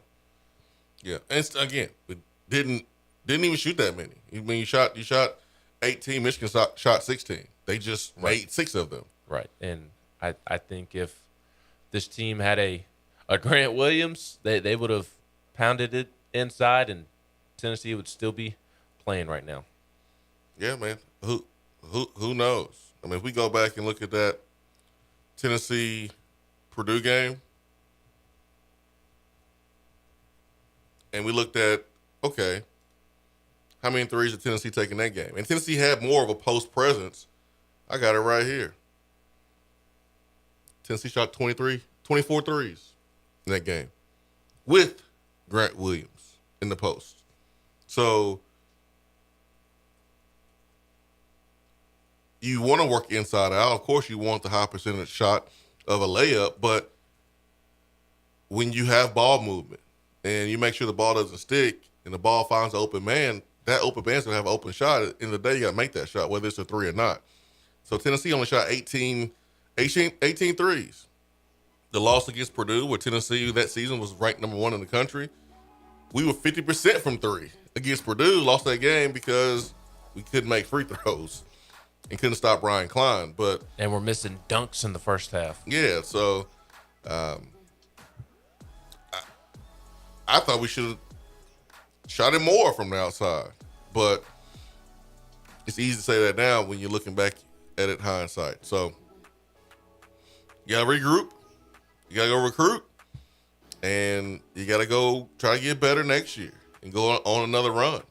And I think Tennessee has a culture to do that. You got to think about this too, Ben. I did not mention this earlier. I forgot it, but I'm going to say it now. Coach K is out of there. So you lost Paulo Banchero to Duke because of Coach K, right? Now, Tennessee and Rick Barnes should be one of those teams that top recruits should want to go play it. Look what happened with Kennedy Chandler. I don't know if John Shire there at Duke is going to attract the high-level blue chips like Coach K did at Duke. Now, Hubert Davis has done a really good job with North Carolina team late in the season, especially right now. So the North Carolina brand is still strong, and they're having success with Hubert Davis. So North Carolina, I expect to continue to recruit at a high level, but Tennessee should be one of those teams that brings in talent, along with Kentucky and Gonzaga now. So reasons to be optimistic about the future. Hour 2 continues after this.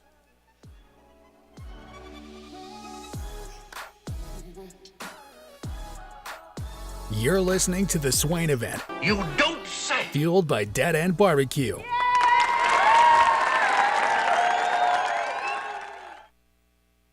In this day and age, the way we work is changing and evolving. Businesses still moving forward despite your work location changing and supply shortages affecting a number of different areas. Office furniture is not immune to the halt in the supply chain.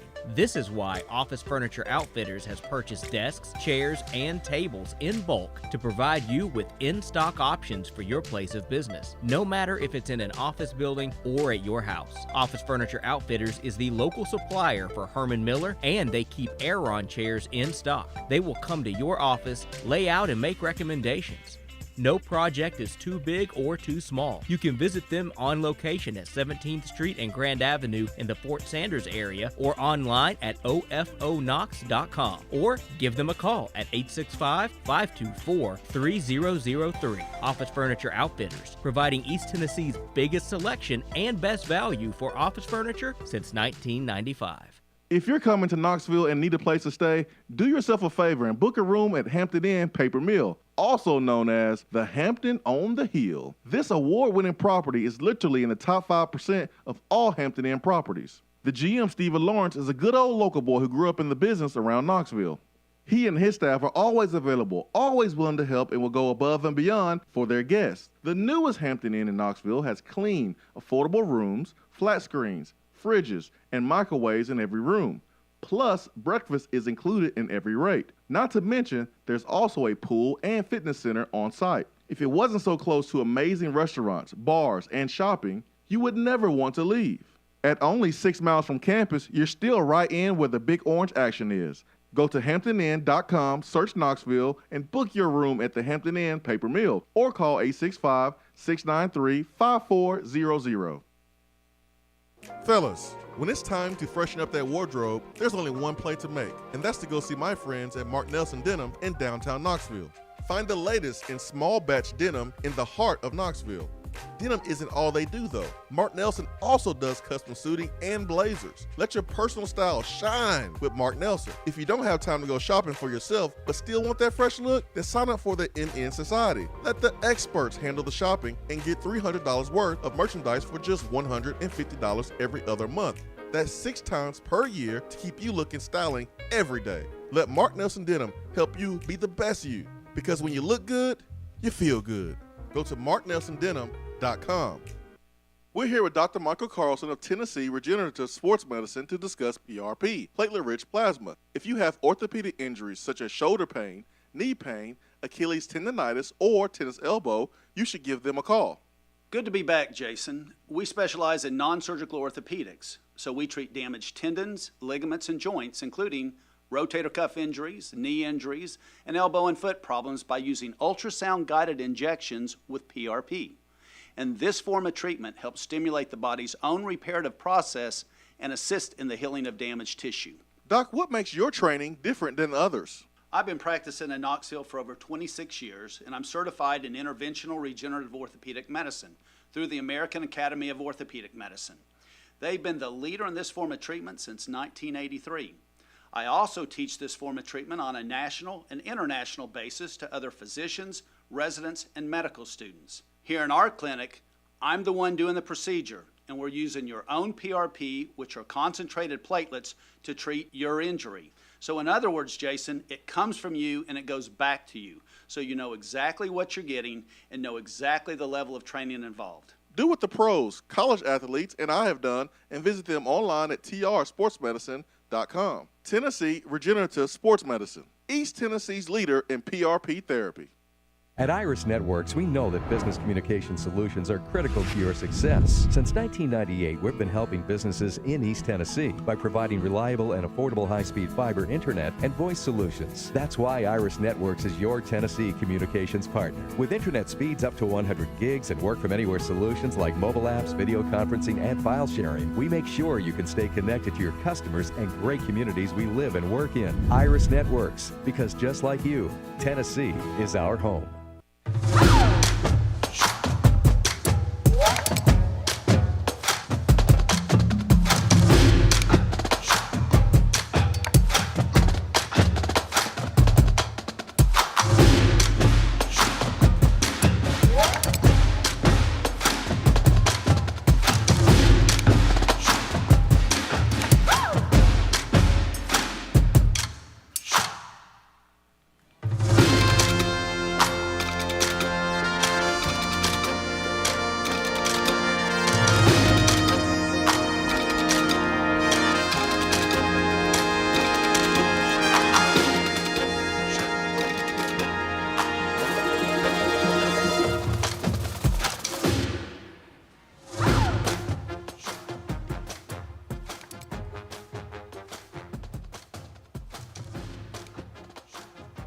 Swain Event, fueled by Dead End Barbecue, top 100 barbecue restaurant. All right, let's get to around the SEC. Let it rip, Ben.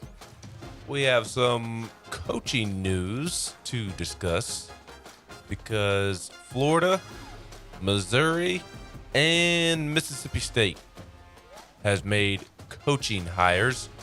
I don't know if we mentioned this on Friday. I can't remember if it happened on Friday. My days are just all mashed together since I left for Indy Wednesday at 6 o'clock. It's just been going. Hey, man, you big time, man. Just trying to be like you. But Mississippi State, according to Pete Thamel, is expected to hire New Mexico State's Chris Jans to be the school's next coach. The sides are expected to move quickly. A deal could be finalized soon. That was yesterday at 11:30. Chris Jans from New Mexico State going to be Mississippi State's new basketball coach, it appears. Missouri is hiring Cleveland State's Dennis Gates, according to Pete Thamel. A deal at that point had not been done, and there was still administrative steps to take, but it was pretty evident that those two were going to get married, and I do believe that officially took place over the weekend. So Missouri hiring Dennis Gates from Cleveland State to replace Conzo Hans Martin. And then the other one is that Florida hired San Francisco coach Todd Golden to be its next men's basketball coach. Signed a 6-year deal. So Florida gets San Francisco's Todd Golden. All right, so run through the hired coaches in the SEC. So it's Todd Golden at Florida from San Fran. Mississippi State got New Mexico State's coach. Missouri got Cleveland State's coach. Georgia hired Mike White. LSU and who's the other opening? South Carolina have not yet hired anybody. LSU, there was some talk about Matt McMahon last night, which that would be a great hire for LSU. I love Matt McMahon. I hated to see my Murray State Racers lose to St. Peter's after Tennessee. Not a fun day of March Madness for old Ben, especially watching there in person, both Tennessee and Murray State lose. No bueno. But LSU, South Carolina has not hired anybody. And then talking to some people from South Carolina last night at the baseball game, sounds like the South Carolina basketball coaching search has been just an absolute disaster. They thought they were going to get Sean Miller, vetted Sean Miller for months, and we're on the verge of signing him to a contract. And Sean Miller's agent leveraged South Carolina to get Xavier to fire their coach and hire Sean Miller and bring Sean Miller back to Xavier.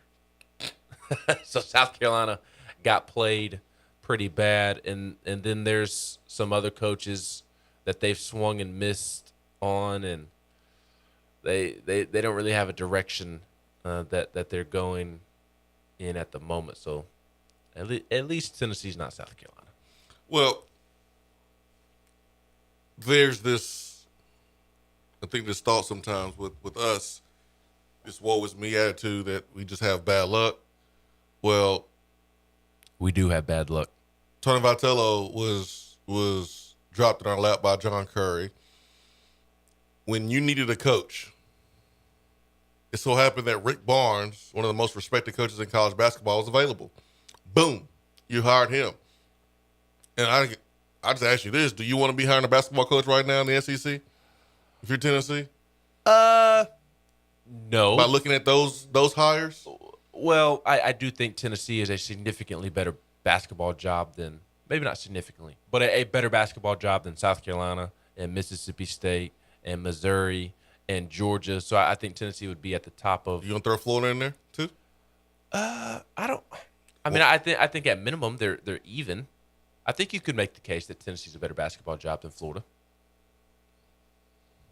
Florida has obviously had more history because of what Billy Donovan was able to do, but I believe that's really the only success that they've had in their history. Their fans don't really care about basketball because they are front runners and bandwagoners. They don't show up and support. It's not like they have the greatest facilities on the planet. And I mean, you can recruit to Florida, but it's not like you're in a hotbed. Missouri's in a better hotbed recruiting-wise than Florida is. So I think right now Tennessee would be a better coaching job than Florida, just where the two programs are currently. I think Tennessee and LSU would be the two best jobs open. But, I mean, still, there's a lot of jobs open in the SEC. Although I do think that Tennessee would go to the top of that list if it were open. Well, Florida, you would think that Florida will be able to go out there and hire a proven, coach at a higher level, and they didn't do that. You look at Arkansas, and what Arkansas did, they went out and got Eric Musselman from Nevada a couple of years ago when Eric Musselman took that Nevada team on a nice run, had the brothers lighted it up, the Martins, and I know one of them plays for the Hornets that's doing a really good job last time I checked. Caleb Martin. So we see it in football where there's a coaching search, and that fan base thinks that, all right, you're gonna go steal away a proven head coach. It just doesn't happen that much. Like, coaches are happy where they are, and you look at a national brand like Florida, they had to go make a mid-major type of hire. And not saying that is a bad hire, but it just lets you know that sometimes the fans' expectations, when you look at your brand and you say, man, we should be able to go out and get anybody. Well, you had to go get Mike White the first time from La Tech. And now you're getting another small school coach. So I say all that to say that I'm just happy and fortunate that we have a Hall of Fame coach as our head coach, a coach that was a national coach of the year, a coach that led Tennessee to an SEC tournament win for the first time in 43 years. Am I disappointed? Absolutely. I'm hurt. I'm hurting for those players. I'm hurting. But when you put things in perspective, like, there's only a few teams that can experience what they experienced this year and go make another run the next year. Some teams, it's going to take them multiple years to get back to that point. Tennessee is not one of those teams because Tennessee will recruit well, and the culture is set. The standard has been set, and they'll be back for, competing for SEC championships. They'll be back next year. So losing stinks. It hurts. But I don't think that's a reason sometimes to be so emotional where you just say something you just don't mean. Like, meaning what you say and saying what you mean, I think it's so important. And I think people just put that to the wayside and just pop off at the mouth, and then 5 minutes later they don't mean what they say. Like we are fortunate to be in the position that we are in. Tennessee is very fortunate, but they also have bad luck. They also create your luck. Have bad luck. You do, but Tennessee fans have been kicked in the nards for a decade now, so I understand the feelings of where they are coming from. Cody Martin is the one that plays for the Hornets. Caleb Martin now plays for the Miami Heat, and both of them balling.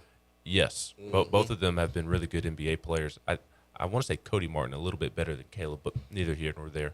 And I agree with you. I was kind of surprised that Florida wasn't able to go out and hire somebody away from somebody. I like the San Francisco coach. That San Francisco Murray State game that I sat through on Thursday night after Kentucky lost to St. Peter's and the Peacocks, that was arguably the best game of the first round, going into overtime and trading blows back and forth. It was a phenomenal game, and I was very impressed by San Fran's coach, and I was aware of him prior to that game. It wasn't just a one-game opinion that I was forming. So it seems like a good hire for Florida, but you just don't know. And you would think, like you mentioned, that at a place like Florida, they could go hire somebody away from a school. That's what you would think. And I'll be curious to see if LSU tries to go that route. I don't know that they'll be able to because of all the issues going on there at LSU and what the program's about to be hit with. Even a guy like Matt McMahon from Murray State may not want to touch that. And I'll tell you right now, Matt McMahon's going to be a superstar wherever he ends up next. He is a stud of a coach. He's terrific. But I've been underwhelmed with the SEC coaching hires this cycle. We'll see how they play out. Again, Cleveland State was successful under that coach, and New Mexico State has been successful as well.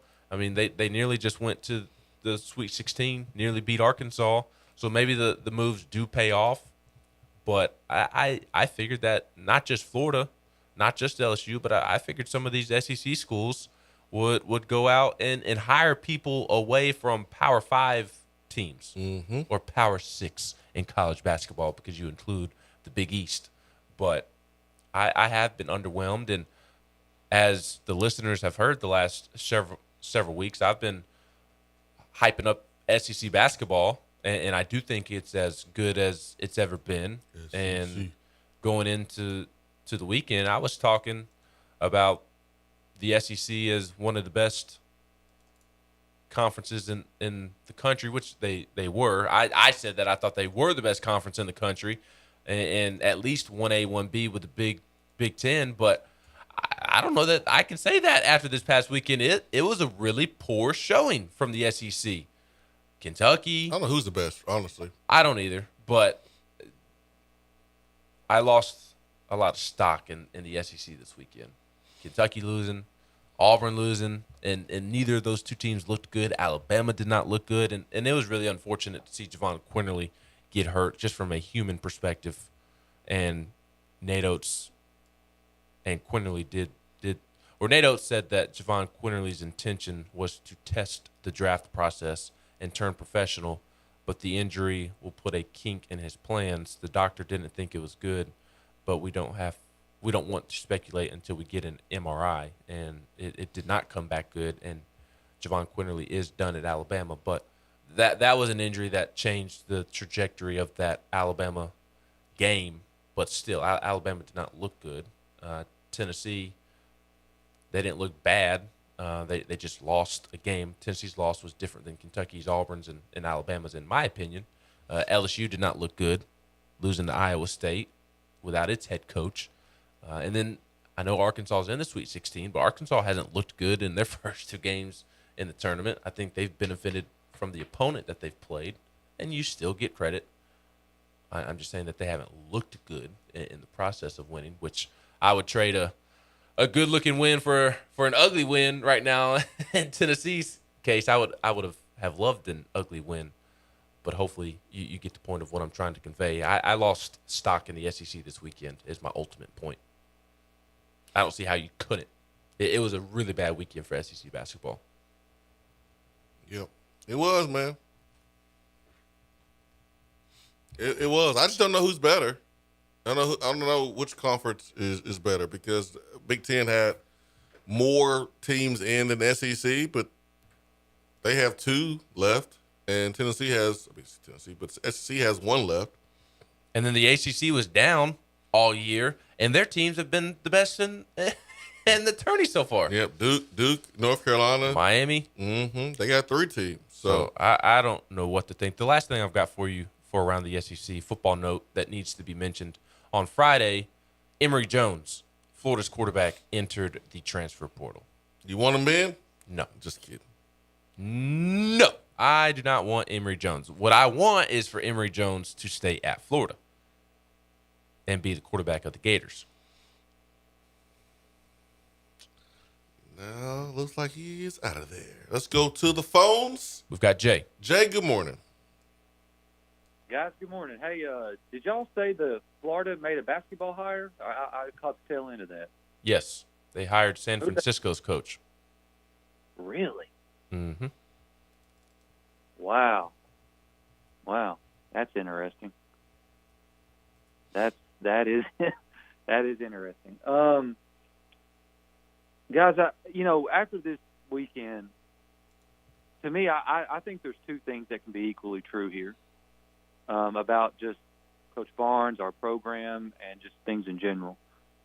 I think Coach Barnes is going to do what he's always done in terms of the regular season. He's going to win a lot of games. He's going to have a really good, stable program. He's not going to get us in any sort of NCAA trouble. He's going to put more players in the NBA than any other era of Tennessee basketball. And, we're going to be a well thought of, stable, winning program in the regular season. And I think when March comes around, he's going to do what he has done more times than not. He's going to get bounced early. He's going to underachieve or be viewed as underachieving. And, he's going to struggle to make it out the first weekend.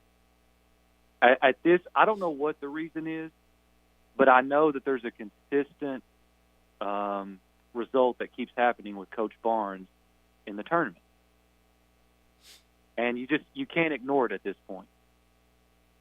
I don't know how this is going to end. Is Coach Barnes going to retire in a few years?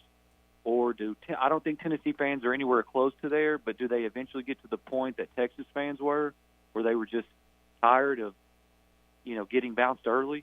But I think right now that's our program. I think our cap is losing in the Sweet 16. I think that's just where it's at.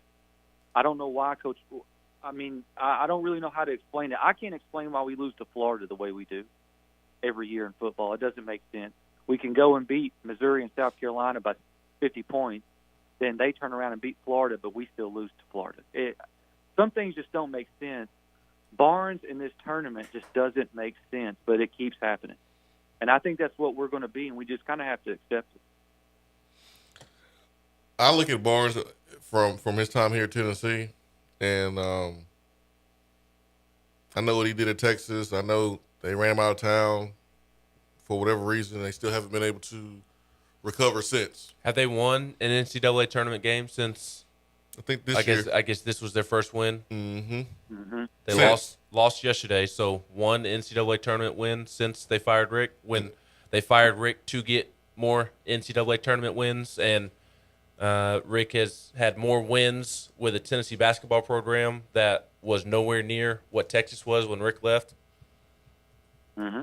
I just think it's more than that, Jay. I think this whole, Rick Barnes just doesn't do this in the tournament. I just think it's a lazy take, man. I just think lazy when you see the results, though, Swain. I mean, you can't argue with the results. But for whatever reason that it happened, like this game, last game, I don't put it on Coach Barnes. We went 2 for 18 from three-pointers. But you mentioned Coach Barnes. Like that's what you open up with. Your statement was about. I'm not blaming every tournament loss on Coach Barnes. I'm not. I don't blame this last loss on Coach Barnes, but it does keep happening to him. Why does that keep happening? To him, I mean, either he's winning or he's losing. Either he's getting bounced early or he's not. Which one's happening, Swain? He lost early this year. If you want to look at last year, he lost early last year. If you want to look at 18-19, I mean, you ran to a Purdue team, and it's not like Rick Barnes is shooting the ball. It's not like Rick Barnes is getting out-coached. I mean, it's hard to advance. I mean, VCU, hold on. Shaka Smart was crushing people at VCU, and everybody wanted Shaka Smart. Everybody. Texas finally gets him. He does nothing at Texas. And then they fire him. They go out and they get Beard, and Beard wins one game. It's one game that Texas have won in a tournament since they got rid of Rick Barnes. And so it just can't be just Rick Barnes. Like, Kentucky has not won a tournament game since 2019 themselves. Like, is it bad luck? Has everybody got bad luck? Or is the tournament just hard? Like, I'm sorry, I just can't sit here and go, man, Rick Barnes got bad luck and Rick Barnes is not getting it done in the tournament. I understand his record and all. I get that. But it's hard to ignore everything else that's going on with the tournament, how other teams with good seeding, good players, also get bounced early too, and we just ignore that. But Swain, we're talking every year the guy can't even barely make it out of the first weekend. This is more than just most people lose in the tournament because most people don't win a national title. That's not what we're talking about here. The guy just take the last 10 tournament tries. He can't make it out the first weekend 9 times. That's not a coincidence, man. This is a pattern that has long been developing way before he got to Tennessee. And to ignore that and just say, well, that's just bad luck or that's just the way the ball rolled, that doesn't add up. I mean, I didn't follow his Texas team, so I would just be looking at, I would be Google searching and looking at his Wikipedia record at Texas, but I'm looking at his teams at Tennessee, And before I say, well, Rick Barnes just doesn't have his teams prepared in the tournament, like I need to at least watch those games. So like the games and the teams that he coached here at Tennessee, I have watched, I have followed. And I didn't feel like Rick Barnes had his teams less prepared than the opponent in those tournament games. Last year was trash. It was bad. There's no doubt about it. No excuse for losing the way you did in the first round. But, like, I'm not pointing the finger at Rick Barnes for the Purdue loss when we couldn't make free throws and Ryan Klein is shooting threes with a hand in his face and he's making them. And I'm not looking at Rick Barnes for Michigan's loss. I look at Rick Barnes from last year, but I get what you're saying. I really do. I understand what you're saying. I really, really get it. But I also have to throw in the fact that other coaches who are getting more talent than Rick, who are supposed to be better than Rick, they're also struggling in the tournament, getting out the first weekend, getting out the second round. And I think that it's part of it too, where March Madness is truly math, and it's hard to win single elimination games where you only get a few hours to prep for a team, and anybody can beat anybody. Like, I think that's part of it too. It looks bad on Rick Barnes. It's bad optics, but I just think it's more than that. Well, I think Michigan is the antithesis of Rick Barnes. Michigan wins in the tournament with multiple coaches. They got more wins than any other team since 2013 in the tournament. They've been to 5 straight Sweet 16s. There's something about Michigan basketball. When tournament time shows up, they're ready to roll. And I understand, but all the weight in NCAA basketball, fair or unfair, because we're really just talking about 3 or 4 games here. That's what, like 3% of your season? But all the weight is put on that. Most people will view Michigan's season at 17 and 14 better than ours because they're playing in the Sweet 16 and we're not. And I'm not saying it's all on Barnes. We had 4 3-pointers that went in and out of the rim. That's not Barnes' fault. We went 2 for 18. I think we got exposed because our guards were short, and I think that they struggled. I'm not putting that on Barnes. I'm not saying this is all Barnes' fault, but for whatever reason, there's a consistent result dating pre-Tennessee that this man produces in the tournament. It's a very consistent result, and that is him barely, if he can, making it to the Sweet 16 with what a team that was great in the regular season and has a lot of talent. That's all I'm saying here. I think it has more to do with the NCAA tournament just being hard as hell than it does Rick Barnes. That's my personal opinion. But for a guy that's coached so long, Ben, and a guy that's won so many games, and a guy that's put so many players in the NBA, who else is this happening to like this? Who is having, outside of Coach K, who is having great tournament success year in and year out? Well, I just told you Michigan. That's one team right there. But you named multiple coaches. And about Tom Izzo, is he not known for? I know he just lost, but is he not known for Izzo and March and overachieving? Yes, but what has he done the last 5 years or so? I maybe it's slipping my mind, but I can't think of Michigan State doing something in the tournament the last 3, 4, 5 years. 18, 19, they went to the Final Four. 14, 15, they went to the Final Four. In between that, you had first round exit, second round exit, first 4 exit, round 32 exit. I mean, Michigan State is a blue blood. They're a powerhouse, man, and they get bounced in the first, second round too. I mean, look, Coach K, Izzo, Chris Beard has had tremendous amount of success in the tournament. He's a good tournament coach. Kelvin Sampson is good in the tournament every year. I mean, those are the 4 coaches that you can say off the top of your head. I mean, who else? Well, a lot of people don't have longevity at Barnes. You're right. I mean, like, we can insinuate, like, well, I don't know what it is. Rick Barnes keep getting bounced. Well, what is it then? Like, are we saying that Rick Barnes is just not good in a tournament? I mean, if you feel that way, then just say it. But I don't see how you can just say that without pointing out the fact that there's a lot of great coaches that also gets bounced in tournaments versus teams who, if you played them in the regular season, you would probably beat them by 20 points.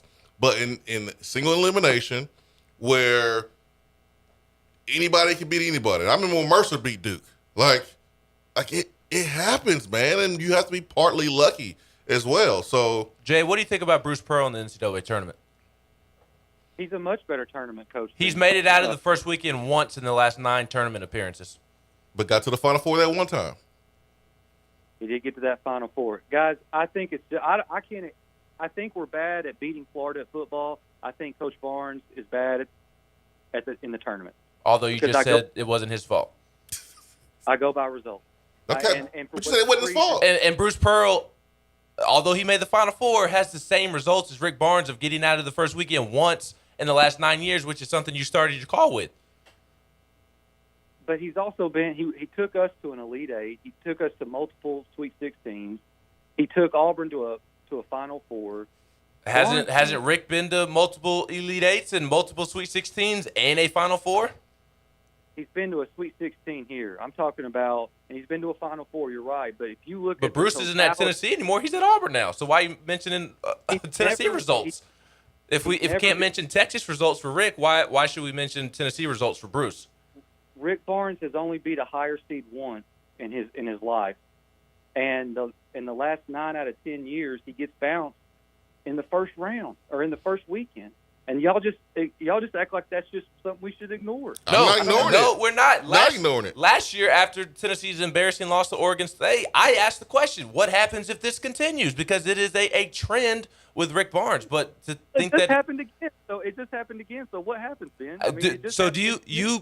This loss is different than last year's loss to me. I'm sorry. It may not be for you, but it's different than last year's loss. They lost because they went 2 of 18 from 3 and were missing wide open shots. His coaching got the players good looks that the players did not knock down.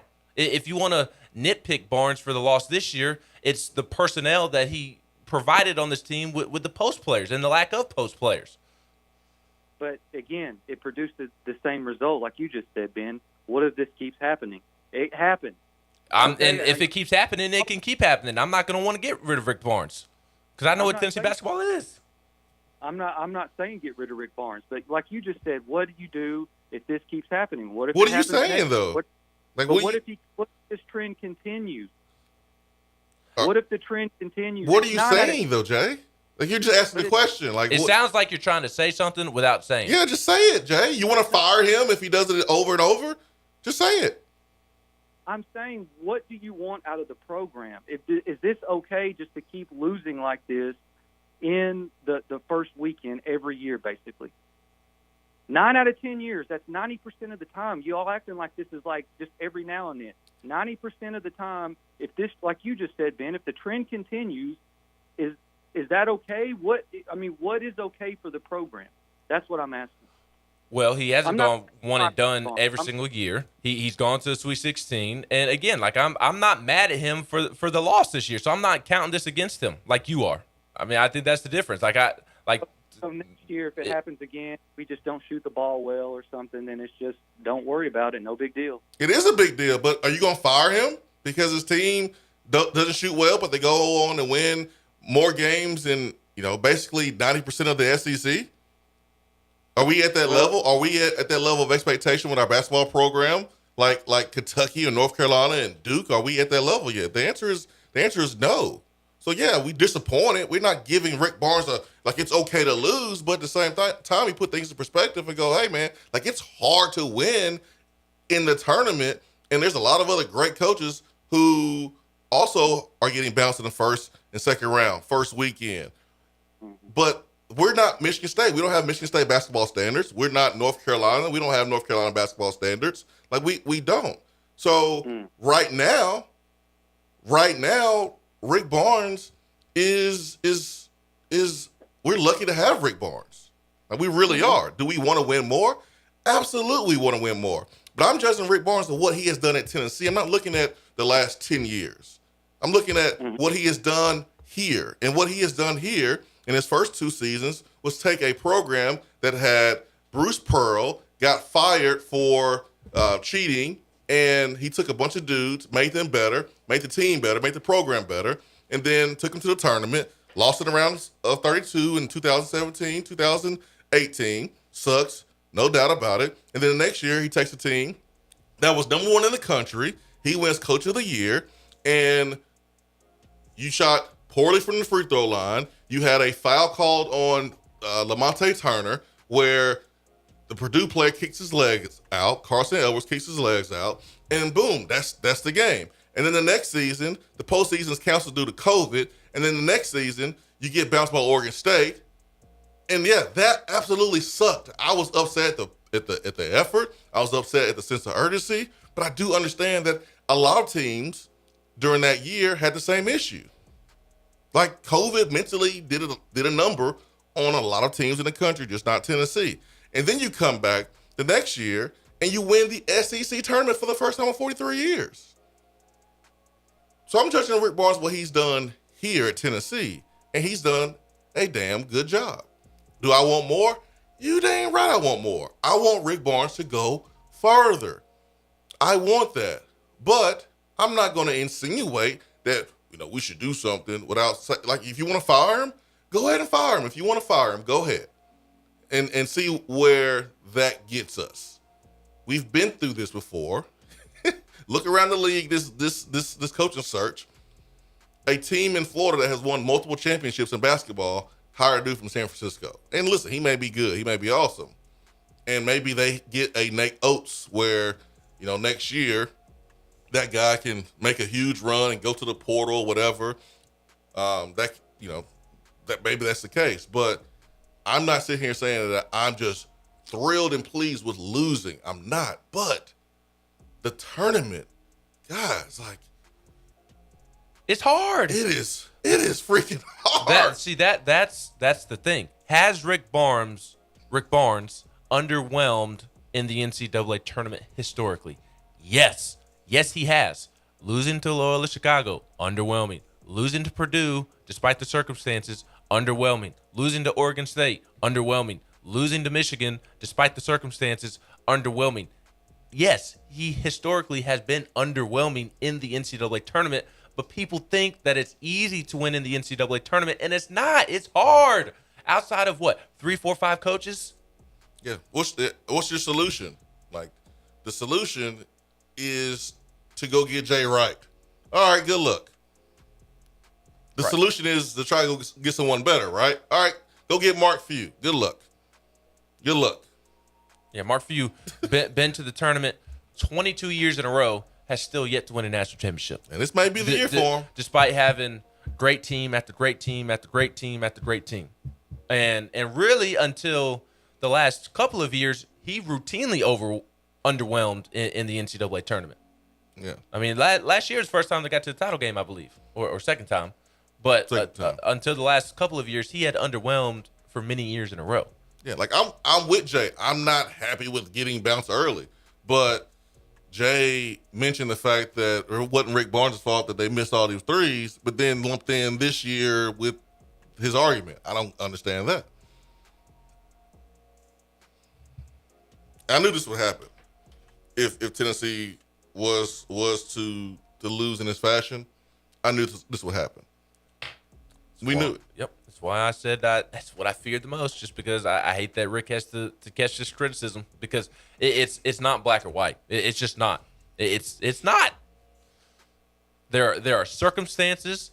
There is context, and I don't think people realize how hard it is to win in the NCAA tournament.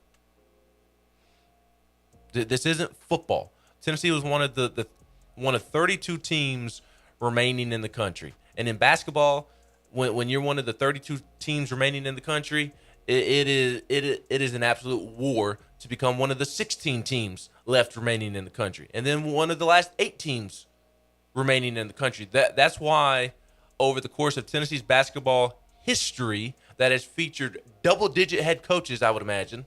Don't know for sure how many coaches Tennessee has had, but I would imagine it's around 10 or so. 1 Elite 8 appearance. And that's it. 0 Final Four appearances. They've made it past the Sweet 16. Double-digit coaches, only one of them made it past the Sweet 16, because it is hard to win in the NCAA tournament. There's only a couple of coaches who routinely have success in March. It's been Izzo and K for so many years. Jay Wright of late, Chris Beard of late. 10 since Ray Mears. And Ray Mears was the GOAT of Tennessee basketball coaching. He had 10 since Ray Mears. Since 1977. People think that it's just a cakewalk in the NCAA tournament. It's not. Even your opening round games are tough against no-name teams. Everybody is in the tournament for a reason. Obviously, teams are better than others, but for the most part, everybody's going to be a tough out. It's a crapshoot. You mentioned being disappointed and underachieving, and it's fair. Like it's fair to say that about Rick Barnes, but when it comes to coming up with a solution, folks don't have an answer. So what's the answer? If you're gonna come up with the problem, what's the solution? And that's what people hit the road block. It's when people pump the brakes. It's when people hit the dead end, because they know the solution is not just going to try to get Jay Wright, because it's not realistic. So then we say stuff without bringing up the solution, without having a answer for what we have deemed a shortcoming for Rick Barnes. All right, so what do we do? The only thing you can do is go recruit better players and do it again. Coach harder, recruit better players, and go do it again. Because the answer sure ain't getting another coach. That's not the answer. That is not the answer. That is ridiculous. That is absolutely ridiculous at this point. National Coach of the Year just a few years ago. You won the SEC tournament for the first time in 43 years. And I don't care what he did at Texas. I'm talking about what he did here at Tennessee. Because I know he ain't the same coach as he was at Texas. It may look like it is because you look at the postseason results. But if you ain't followed Texas, how do you really know what kind of coach Rick Barnes was at Texas? You can't. Which is why you just go to Google and look at his records at Texas and assume he's the same coach. There's no way he's the same coach. Be right back.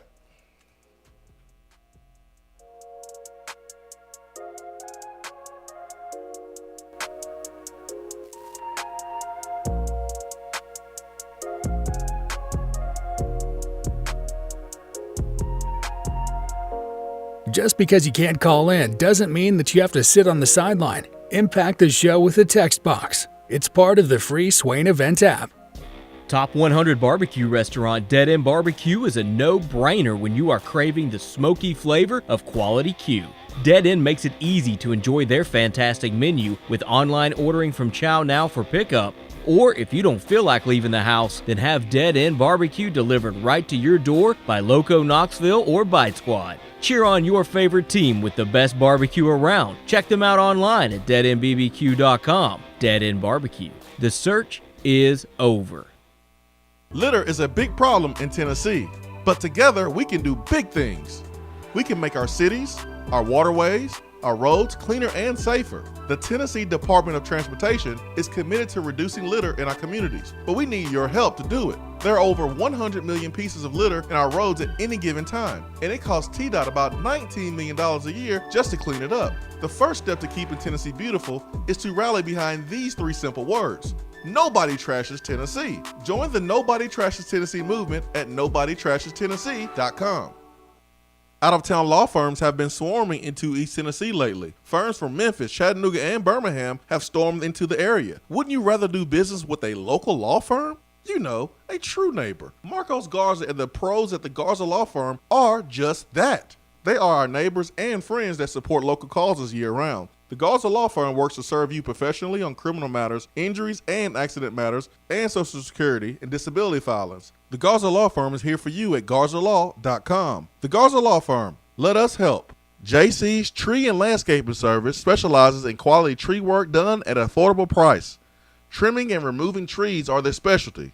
They also offer other services like land clearing, stump grinding, crane services, and all of your basic landscaping needs for both commercial and residential. JC's will give you a free estimate and beat any written quote by a competitor to guarantee that you get the lowest price around. Don't risk your land with a fly-by-night service. JC's Tree and Landscaping is licensed and insured. Give them a call at 865-599-3799. I just wanted to come by and congratulate you on the great work you've been doing. I like your style. You remind me of a young me. Failure is not an option. That boy is good. Homes, remind yourself, nobody built like you. You design yourself. Attaboy. Attaboy is brought to you by Made in Tennessee Business Fiber Internet from Iris Networks. Find business solutions for you at irisnetworksusa.com.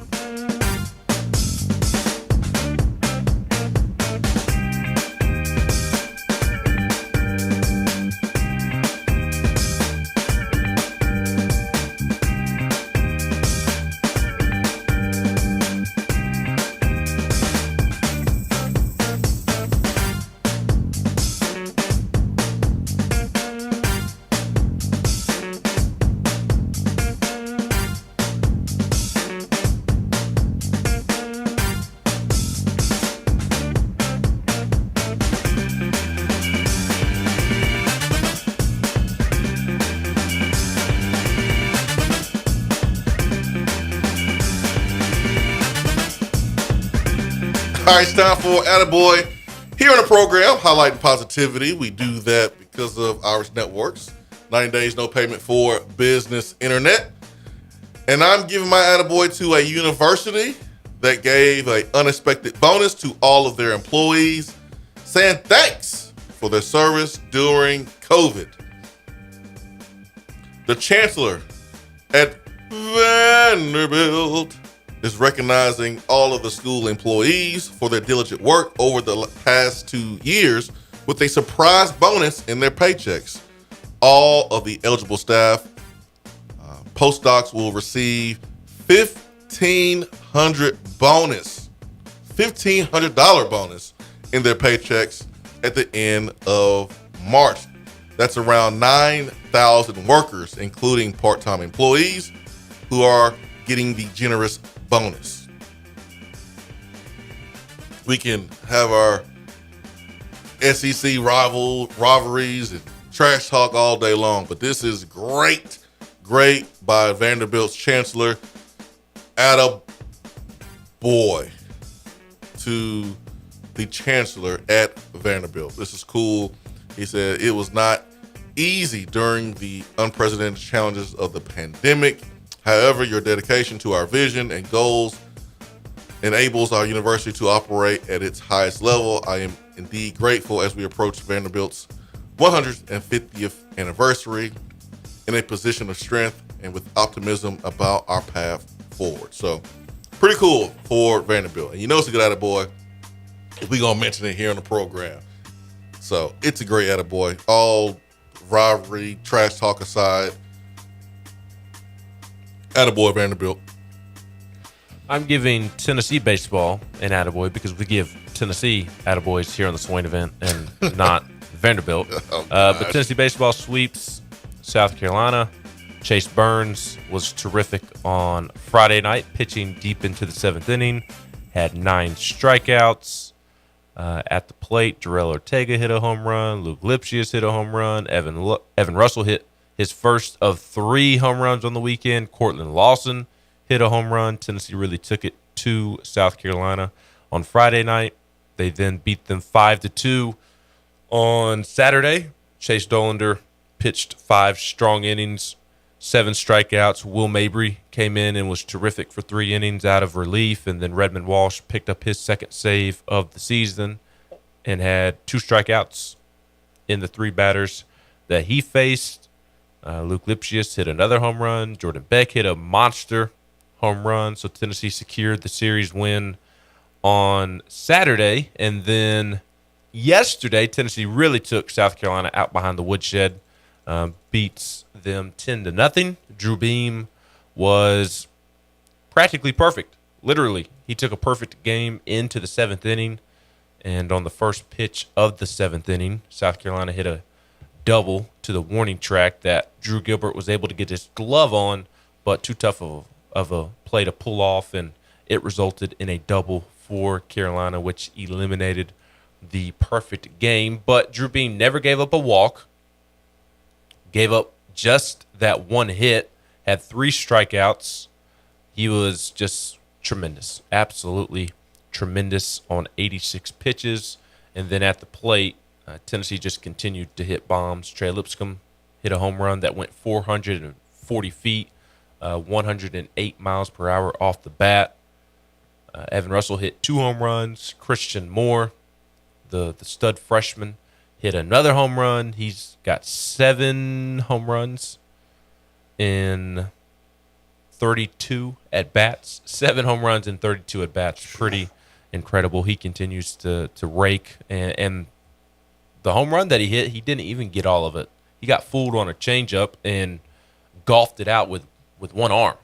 He was fooled on the pitch and still hit a home run. He is insanely talented. So Tennessee takes care of business. And there were a lot of fun nuggets from that series. It's Tennessee's 4th sweep of the weekend, or 4th sweep of the season, and Tennessee's now just 1 sweep away from tying last year's record for most sweeps in the Tony Vitello era. Already. They had 2 in 2018, 3 in year 2, 2 in year 3, 5 last year, and they already have 4 this year with 9 weekends still to go.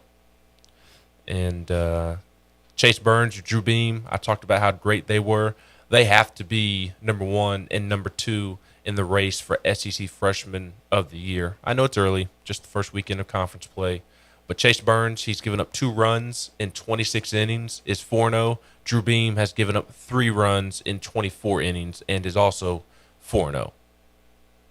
So life gets tough now for Tennessee. They'll be at number 1 Ole Miss this weekend, at number 4 Vanderbilt next weekend, and the polls are starting to come in this morning in D1. The one that I go by, Tennessee is up to number 5 in the country. They were number 7 last week. They were up to number 5 this week. And there is one publication, though, Perfect Game, that has Tennessee ranked as the number 1 team in the country. That's the publication I go by. I knew it would be. But Tennessee ranked number 1 Perfect Game to Perfect Game. Let's see what Baseball America has Tennessee at. Dang, Baseball America has them at 7. There are not 6 teams better than Tennessee in the country. Are you saying that's wrong? Yes. I mean, they still have Texas 3rd. Listen, I don't know how when you have a publication named Perfect Game, it kind of speaks for itself, Ben. They're perfect, huh? They're perfect. So, another great weekend for Tennessee baseball. I am very excited for this weekend in Oxford. Going to be a fun one. Number 1 versus number 5. And if Tennessee can go in there and get the job done, I mean, they should be number 1 in the country. And D1 baseball, which is the poll that I go by, and as I've said, I go by them because I think they do the best job of covering college baseball. Yeah, for sure. For sure. Going to the text box, since Ben is the true VFL of the show, with his Tennessee-centric attaboy. I must be a traitor then. You are. Speaking of Vander Swain. Speaking of a traitor, even though this person is not a traitor, how about attaboy to your boy Kari Blasingame for being a Chicago Bear? That's right. That's right, man. According to my sources. According to your sources. According to my sources, free agent fullback Kari Blasingame has signed a 1-year deal with the Chicago Bears. You a Bears fan now? Absolutely. Yeah. Let's bear down, baby. There you go. Bear down, and here we go this year. Jason from the Borough says, so winning in the tournament is hard, and we should not have high expectations for the basketball team. I'm paraphrasing, but that's the theme for today, right? No, Jason, that's not the theme. No one ever said that. No one insinuated that you shouldn't have high expectations. You should have high expectations for everything that you do in life. You should have high expectations for everything you do. No one here has said you should be happy about Saturday's game. Matter of fact, we said multiple times, Ben, it's okay. I just said that Tennessee has underwhelmed in every tournament that Barnes has taken. Did I not just say that before with the break? Said multiple times. You're disappointed. You should be disappointed. It hurts. It stinks. Like no one has said you just be happy for losing and you shouldn't have high expectations. Like no one said that, Jason, and no one insinuated that. No one did. So I don't know where they came from. Philip G says, so Kentucky needs to fire Cal, Baylor needs to fire their coach, Auburn needs to fire Bruce, Iowa should fire their coach, all good coaches who lost in the first weekend of the tournament. I guess so. Jennifer Moore says it may not be a popular take, but having to use Fulkerson as a starter for so long has hindered the team. I'm glad she's looking forward to. Say it. Say it. I will if you don't. Dang, Jennifer ain't playing this morning. I'm glad he's done. Hoping to get another big guy who can play and take the beatings. Hey, that is a harsh take, but a fair take. And look, I take that many people probably agree with. I feel the same way. I would have worded it nicer. I would have put a little sauce on it to soften the blow. But I'm ready to move on from John Fulkerson. He had a terrific career, and he wasn't the problem in the post. Urosh is not the world's greatest post player either.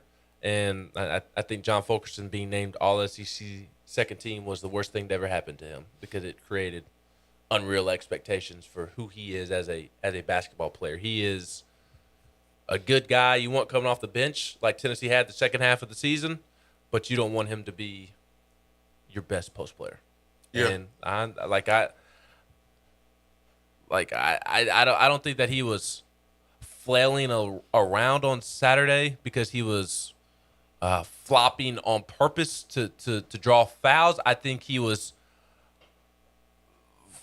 frailing around because he's weak and doesn't have the body to match up against a Hunter Dickinson. And to me, there is a difference. He's not a strong basketball player, and because of it, he looks like he's being thrown around like a rag dog, and it looks like he is flopping consistently. Jennifer is fair, and she's right. Look, I said I agree with her. Yeah, I have the same. I feel the same way. I'm ready for the John Fulkerson era to come to an end, and that it has. Jennifer says I'm getting too old for the sweet sauce. Hey, I'm with you. You're definitely old. Big Bad Voodoo Nate says Jennifer Moore is bringing the harsh but big facts this morning. Always Vol says, dang, Jennifer came out hot. Hey, she's right, though. She's not wrong. She's right. Nelson from Jackson says, hashtag we want Nico. Hey, by the way, Nelson. Hey, man, we over here talking about basketball. We getting all passionate, talking about Tennessee basketball. Jackson's like, listen, man, y'all let me know when Nico about to commit. We want Nico. I love it. I love it. Maybe soon. Who knows? Golly. I think it is possible. But Nelson will be happy to know that Tennessee Golf did just pick up a big commitment. Nelson don't care. From Josh Hill, who once beat Brooks Koepka in a 9-hole match at 15 years old, and he has made the cut on the European Tour multiple times. So, Nelson, speaking of commitments, Tennessee Golf just picked up a massive signee in Josh Hill. And if you go to VolQuest.com, you can read all about it. Thanks, Ben. I mean, they picked up one of the best players in the country. Awesome. Don't you want Tennessee Golf to win championships? I want every team to win championships. All right, then. You better be happy. I'm speaking for Nelson. I don't think Nelson cares. Nelson ought to care if he's a Tennessee fan. Nelson's a Tennessee football fan. Lame. He's a fan of the school, but like he follows Tennessee football recruiting. He should follow Tennessee golf recruiting too. No. Do you follow it? Yes, because Outside of today? Austin tweets it and it gets on my timeline. So Austin follows it, and then you just saw it from Austin's feed. Correct. Because Austin's trying to snuggle up and get free golf lessons from the golf coach. Correct. Free lessons, free golf trips, free access to that facility over there. It's beautiful.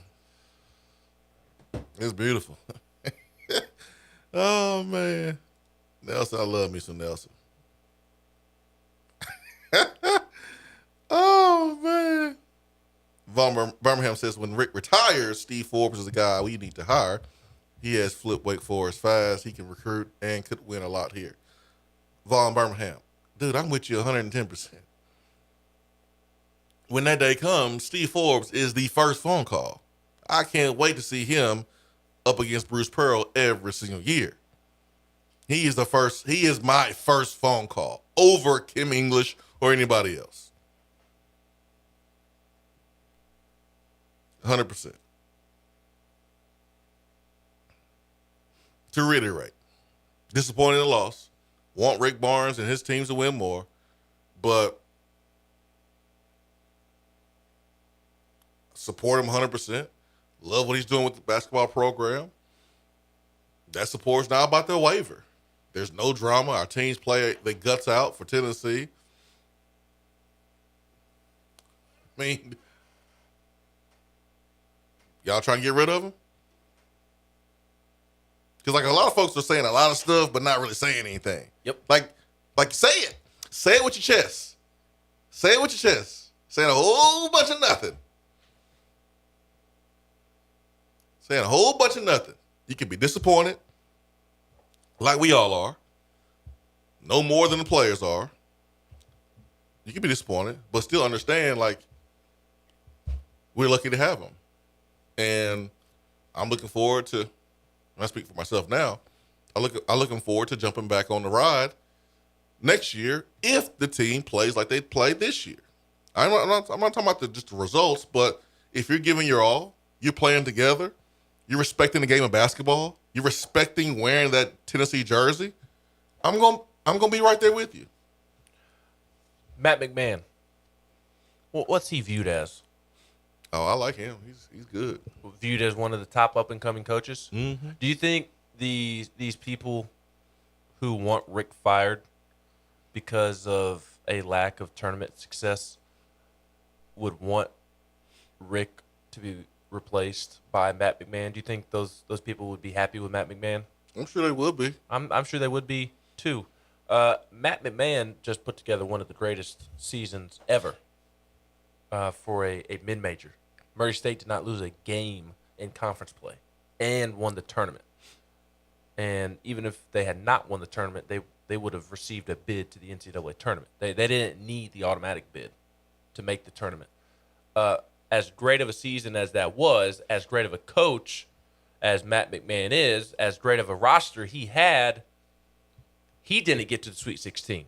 And he didn't run into a blue blood in the tournament. He played San Francisco and St. Peter's and still couldn't get to the Sweet 16, which is weird because if you're a great coach in the regular season and have a great team in the regular season, doesn't that mean automatic success in the tournament? I mean, as great as Matt McMahon is, even he could not get to the Sweet 16 playing San Francisco and St. Peter's. Fire him then. Like when Josh Heupel gets to the point to where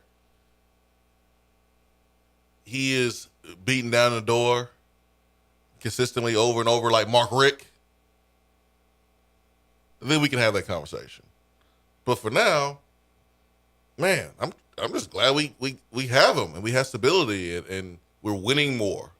But we are a long way away from that. And I think for Tennessee basketball fans, lumping in Rick Barnes the way he did at Texas, I don't see how that matters. I mean, I think it does because it does matter because it's part of his track record. I mean, it's who he is. Just because he did it at one school doesn't mean that it doesn't still apply to him, and like that track record of coming up short and underwhelming in the NCAA tournament has applied to his time at Tennessee. Again, I think there's context. That's my whole gripe with people. It's not black and white. Is that it's not black or white. There's context that needs to be explained. There are circumstances that need to be explained that people just forget about. And people on top of that, people just think it's so easy to win in the NCAA tournament, and it's not. Like as I said going to the last break, like Rick has underwhelmed in every single tournament that he's been in at Tennessee. Tennessee should have made it past Loyola Chicago. Tennessee should have made it past Oregon State. The Grant and Admiral team was better than a Sweet 16 team. This year's team better than a round of 32 team. So yes, Rick has come up short in the tournament, has underwhelmed here at Tennessee, just like he did at Texas. I agree with Jay in that sense. Like, he has a long track record where we go our separate ways, and if Jay wants to call in and correct me if I'm misinterpreting his phone call, but the way that I interpreted his phone call is that he thinks Rick Barnes is a bad coach and can't coach in March. And I don't necessarily think that is just simply the case just because he has come up short in the tournament. Again, there is context and circumstances.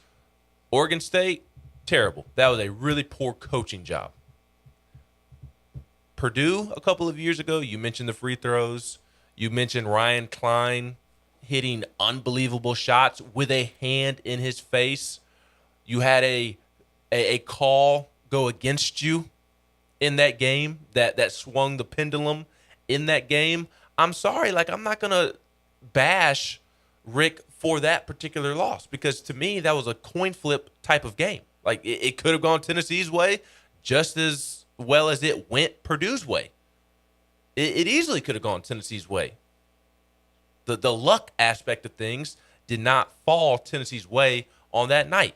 Against Michigan on Saturday, Tennessee did not lose because Rick Barnes had a poor coaching performance. His offense, his coaching led to opportunities for his players to be successful, and unfortunately, for the first time in a month and a half, Tennessee didn't have shots go down. And, like, I'm sorry, I'm not going to categorize Rick Barnes as a bad coach in March when you have that Purdue game that could have gone either way, and Tennessee didn't lose that game because of poor coaching, and then you have the Michigan game where Tennessee didn't lose because of poor coaching. And like I said earlier, that was more than just a round of 32 type of game. I know Michigan went 17-14, but that was the preseason top 5 team that everybody had slotted in that showed up. And it wasn't because Tennessee just played so poorly. Michigan played terrific basketball, and its talent finally showed up. And that was more of an Elite 8, Sweet 16 type of game.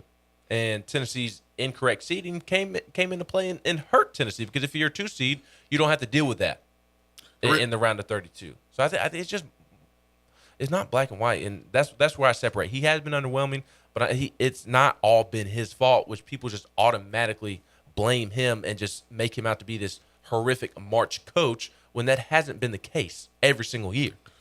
The reason why I said what Rick did at Texas didn't matter to me, because the time that Rick was at Texas, his programs have been better than Tennessee's over that same span, that same amount of time. 98 up until when he got here to Tennessee, or his last time at Texas, which was 2015. So for 17 years, he had a better program than Tennessee during that time. So it's better. It's better than what we have done. And Texas standards, their standards, they looked at Rick Barnes going to the Elite 8 in 05, 06, going to the Elite 8 in 08, 07, 08, and then for 7, 8 years, not getting back to that point, they felt like it was time for them because of their standards, which were higher than ours during that 17-year run. That's why I don't understand trying to adopt Texas standards when their basketball program has had higher standards than ours during that time. We just got these standards when Bruce Pearl was here, and we got a little taste of it. We just got these standards. Texas have had them for longer. Texas standards are not our standards, and they haven't been for the same amount of time. So I agree with you that it's not black and white, it's gray area. But I just don't lump in what Rick Barnes did at Texas with what he has done here. Number one, he's a different coach. And number two, our standards are not the same for the same amount of time. Let's go back to the phones. Jay wants to chime back in. Yeah, please do, Jay. Hey, look, guys, I'll be quick, all right? I never said Rick Barnes. I know Ben didn't say that. I never said Rick Barnes was a bad coach. I don't think he's a bad coach. He's a Hall of Fame coach. He wins a lot of games. The good he does outweighs the bad tremendously. And I think I said that to begin with. All I said was the man loses in March way too much, way too early, I believe. And that's my opinion. But that doesn't mean he's not a Hall of Fame coach. He's going to do far more good here than he did bad. He's going to leave when he does retire. He's going to leave this job in a much better spot than he found it. It's going to be one of the best jobs in the country. He also happens to lose in March really early, really often, and on a consistent basis, and that was my point. I agree with everything you just said. I agree with that point, but that wasn't the same exact point as the first call. That's not the energy that you were portraying in your first call. But I agree with this. Look, okay, go ahead. No, I'm saying I agree with everything you just said. But if you know, I think you can always find context. You can always look at different reasons why things happen. I'm just saying, all I was saying is that it keeps happening. And the reason I brought up Texas is like what Ben just said. It shows a long track record of doing this. I understand it's hard. Tom Izzo also has four or five Final Fours and a national title. That's all I was saying is that, you know, it's almost unfair to Barnes because there's so much emphasis placed on that tournament. And you could have a great regular season, you could win your conference title, and then you get bounced early, and people will view you as a disappointment. That's really unfair. That's unfair. But Barnes is a great coach. He wins a lot of games. The guy's going to get more talent than we've ever had here at Tennessee. And we're going to be a top-tier SEC team, and we're going to do a lot of great things. We're going to have stability, which we haven't had in a long time. But I also think we're going to get beat in March early, and, you know, that's just how I feel because I think that's who he is. Okay? That's all I'm saying. I understand that. That's fair. I understand that. That's fair. And with that being said, there's two roads that you take, right?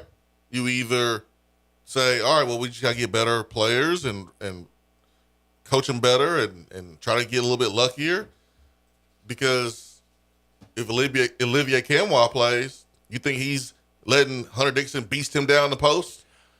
Dickinson may still put Michigan on his back, but it's less likely with Olivier out there. So you get a little bit luckier, you get a little healthier, and you do it again. That's one road you take. Or you say, well, we get another coach. And there's people getting to the crossroads, and they're talking like they want to make that right turn and getting another coach, but they know damn well you can't do that. That's all I'm saying. Like, we have pointed out everything that Jay has pointed out here on this program before. We did last year when Tennessee lost to Oregon State. We said, well, if Rick Barnes doesn't do this with this basketball team, the critics will come, and for the most part, it's going to be fair. And for the most part, it has been. There's been some crazy stuff like Dan Wolken, but ain't nobody really paying attention to his ass and what he got to say. But we know there's only two roads you can take. There's only two. You buckle down, you get better players, you coach them better, you get luckier, or you decide to go another direction. And anybody with any lick bit of sense know that you don't go in a different direction right now. So there's no reason to even insinuate or beat around the bush or mention it. Like, it'd be stupid to do that. It would be stupid to do that. So, yes. I want more. I want more out of Rick Barnes. I'm sure he wants more out of his teams in postseason. And that's a monkey that he has to get off his back. There's no doubt about it. And no one's making excuses for him. Last week, when it comes to that. Before the tournament began, and we were talking about how we felt about Tennessee, I said I feel good about Tennessee because of how they've been playing, but I also don't feel good about Tennessee because I know Rick Barnes' track record in the tournament hasn't been all that great, and neither has Tennessee's. Tennessee has not had good luck in the NCAA tournament, and neither has Rick Barnes. Yep. And I would have, if I wasn't a Tennessee fan, I still would have picked Tennessee to go far because of how they were playing right now. And there's a lot of people who picked Iowa to go far because of how they were playing. And the teams they lost to Richmond. The teams who are left are the teams that have a little bit of luck and who are playing the right way right now. Wisconsin was a higher seed than us, according to Joe Lunardi. And they got beat by Iowa State. And Iowa State was an 11th seed. You want to know what Wisconsin shot from three? 2 for 22 from three. 2 for 22. So you don't make shots. It don't matter how great you were in the regular season. And Wisconsin has a first-round pick, a top 5 pick, top 10 pick more than likely. Like, if you don't shoot the ball well in the tournament, don't matter how great you shot it the night before or the day before, you going home. Blue blood or not. National Coach of the Year or not. Regular season conference champions or tournament conference champions. You are going home. It's the great thing about March Madness. It's also the worst thing about March Madness. Because in football, you have to play consistently well for each and every time you get out there in the playing field or playing surface to even have a chance to play for a championship. In basketball, you don't. You can be like Michigan, lose one, win one, lose one, win one, lose one, win one, lose one, win one, and still get to the tournament and still have an equal opportunity to win it, just like the team like Gonzaga who won 90% of their games in the regular season. And Gonzaga barely got past Memphis. I picked Memphis to win. Dang it, bracket. I almost did. I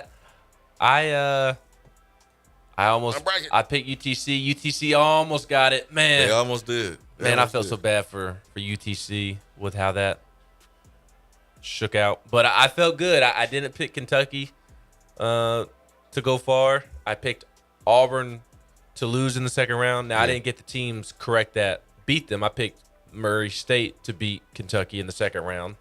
And then I picked USC to beat Auburn in the second round. But me too. I felt good when I was vindicated for making those choices. Yep, for sure, man. I picked Auburn to lose in the second and round, I too. almost got UTC. It was a point. You did. I was so close. Controversial ending, too. Yeah, Houston made me look stupid. Yeah. Houston made. Now when we talk about coaches in the postseason and the NCAA tournament, Kelvin Sampson is money in the NCAA tournament. It's all set up for two teams that have been getting crushed over the last 5-10 years of underachieving after getting all the talent that they get. Number one is Bill Self in Kansas. It's set up for them, and it's set up for Mark Few and Gonzaga. It's set up for them to go win. I think the only team that's going to get in their way maybe is Arizona, but it's set up for them. Villanova looked good. Yeah, Villanova. It is Jay Wright in the tournament. Jay Wright is money in the tournament. Hey, we should just go hire Jay Wright. That sounds like it's easy to do. I think that is a great idea. That's just easy. Let's go get Mark Few. No, that just sounds like it's easy. No problem. Yeah, man. Golly. Ugh. Just give him a lifetime contract. Damn. Hunter Dickinson shooting threes like Karl Anthony Towns. Swain Event. Be right back.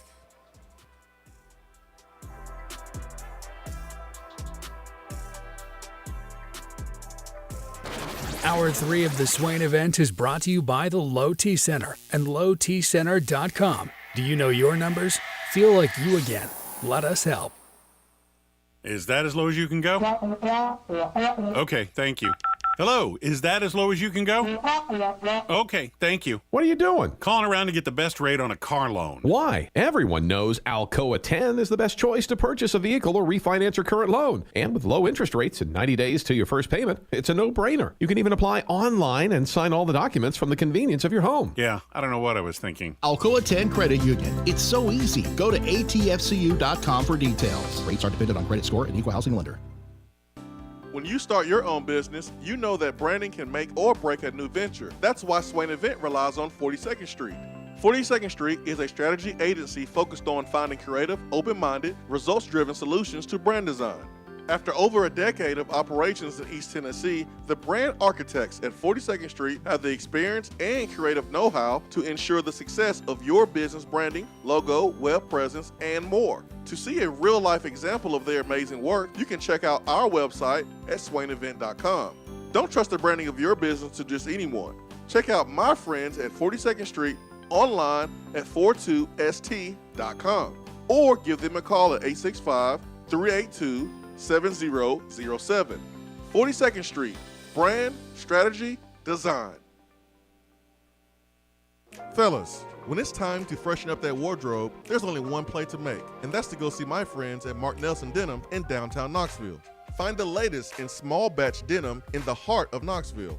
Denim isn't all they do though. Mark Nelson also does custom suiting and blazers. Let your personal style shine with Mark Nelson. If you don't have time to go shopping for yourself but still want that fresh look, then sign up for the MN Society. Let the experts handle the shopping and get $300 worth of merchandise for just $150 every other month. That's 6 times per year to keep you looking styling every day. Let Mark Nelson Denim help you be the best you, because when you look good, you feel good. Go to marknelsondenim.com. Good morning, Swain Event crew. The new year is here and it's the 2022 East Tennessee real estate season. As I always do, I'm going to shoot straight with you. If you have a home to sell, then you need to give me a call ASAP. Inventory is low and I will get you the most money possible and more than you think trying to sell it on your own. If you are a seller that also needs to buy a home, you need to call me ASAP, as there are ways I can help you manage that situation and stay in your home until we find what you want. If you are looking to buy, you need to call me ASAP. You absolutely need someone on your side to help navigate the current waters, and you need someone that's going to do their homework and find homes that aren't on the market yet. Bottom line, you need to call me today ASAP. Jennifer Morris, Keller Williams Realty, 865-257-7897. If you are buying, selling, or considering investing in real estate this year, or email me at jennifermorris865@gmail.com. I hope to hear from you soon, and go Vols! JC's Tree and Landscaping Service specializes in quality tree work done at an affordable price. Trimming and removing trees are their specialty. They also offer other services like land clearing, stump grinding, crane services, and all of your basic landscaping needs for both commercial and residential. JC's will give you a free estimate and beat any written quote by a competitor to guarantee that you get the lowest price around. Don't risk your land with a fly-by-night service. JC's Tree and Landscaping is licensed and insured. Give them a call at 865-599-3799. If you want to get in on the conversation, call the Iris Networks hotline at 865-200-5503. Grow your business with Iris Networks high-speed fiber internet. irisnetworksusa.com.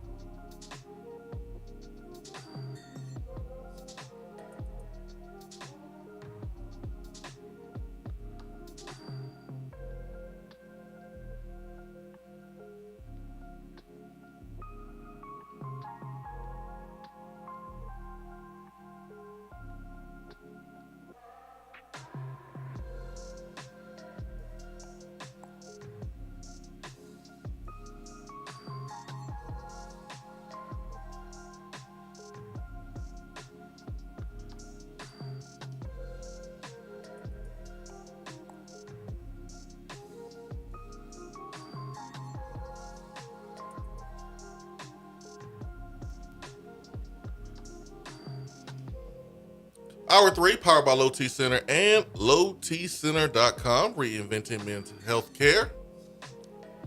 Make sure you get your annual health assessment that is typically covered by most health insurance. Checking everything from your PSA levels, which are your prostate, your thyroid, your your liver, your kidney function, cholesterol, glucose levels, and more. Low T Center and lowtcenter.com. Make your health a priority this year and schedule that assessment.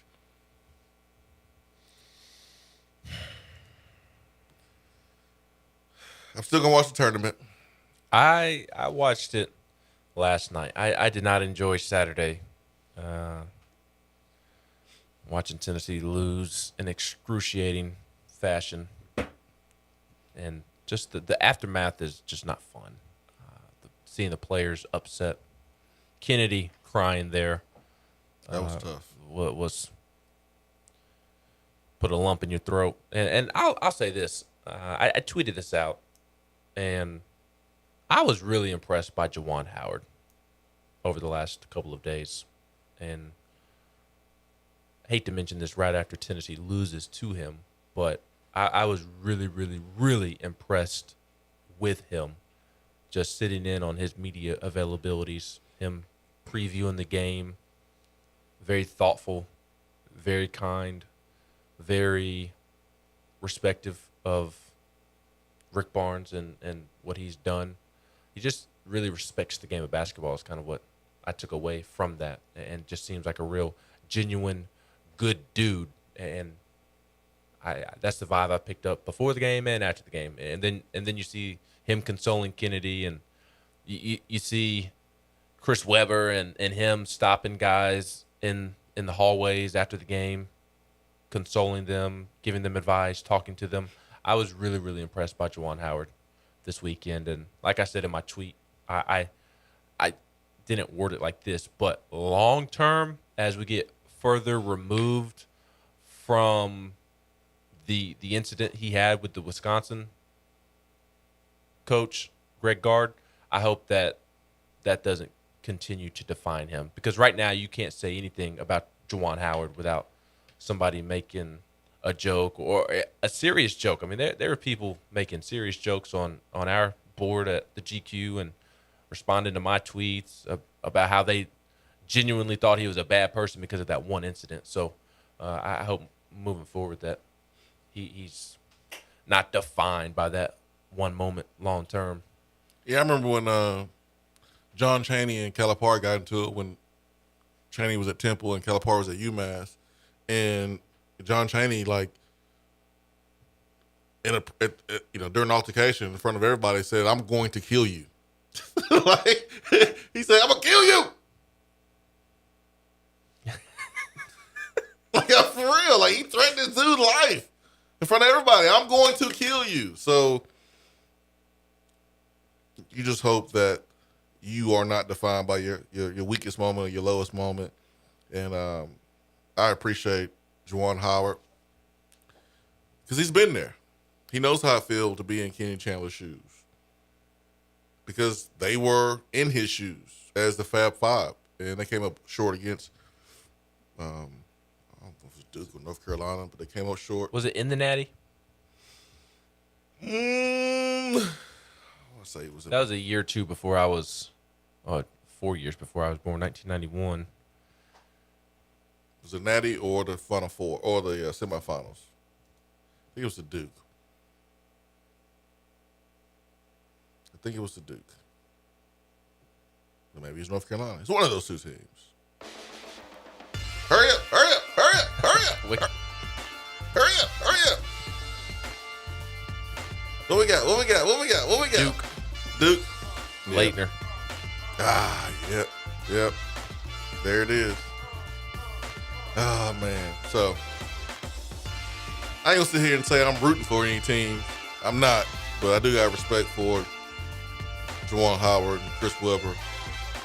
And even more so for Kenny Chandler by his natural reaction to losing. A little different between him and Jabari Smith. Not saying Jabari didn't care.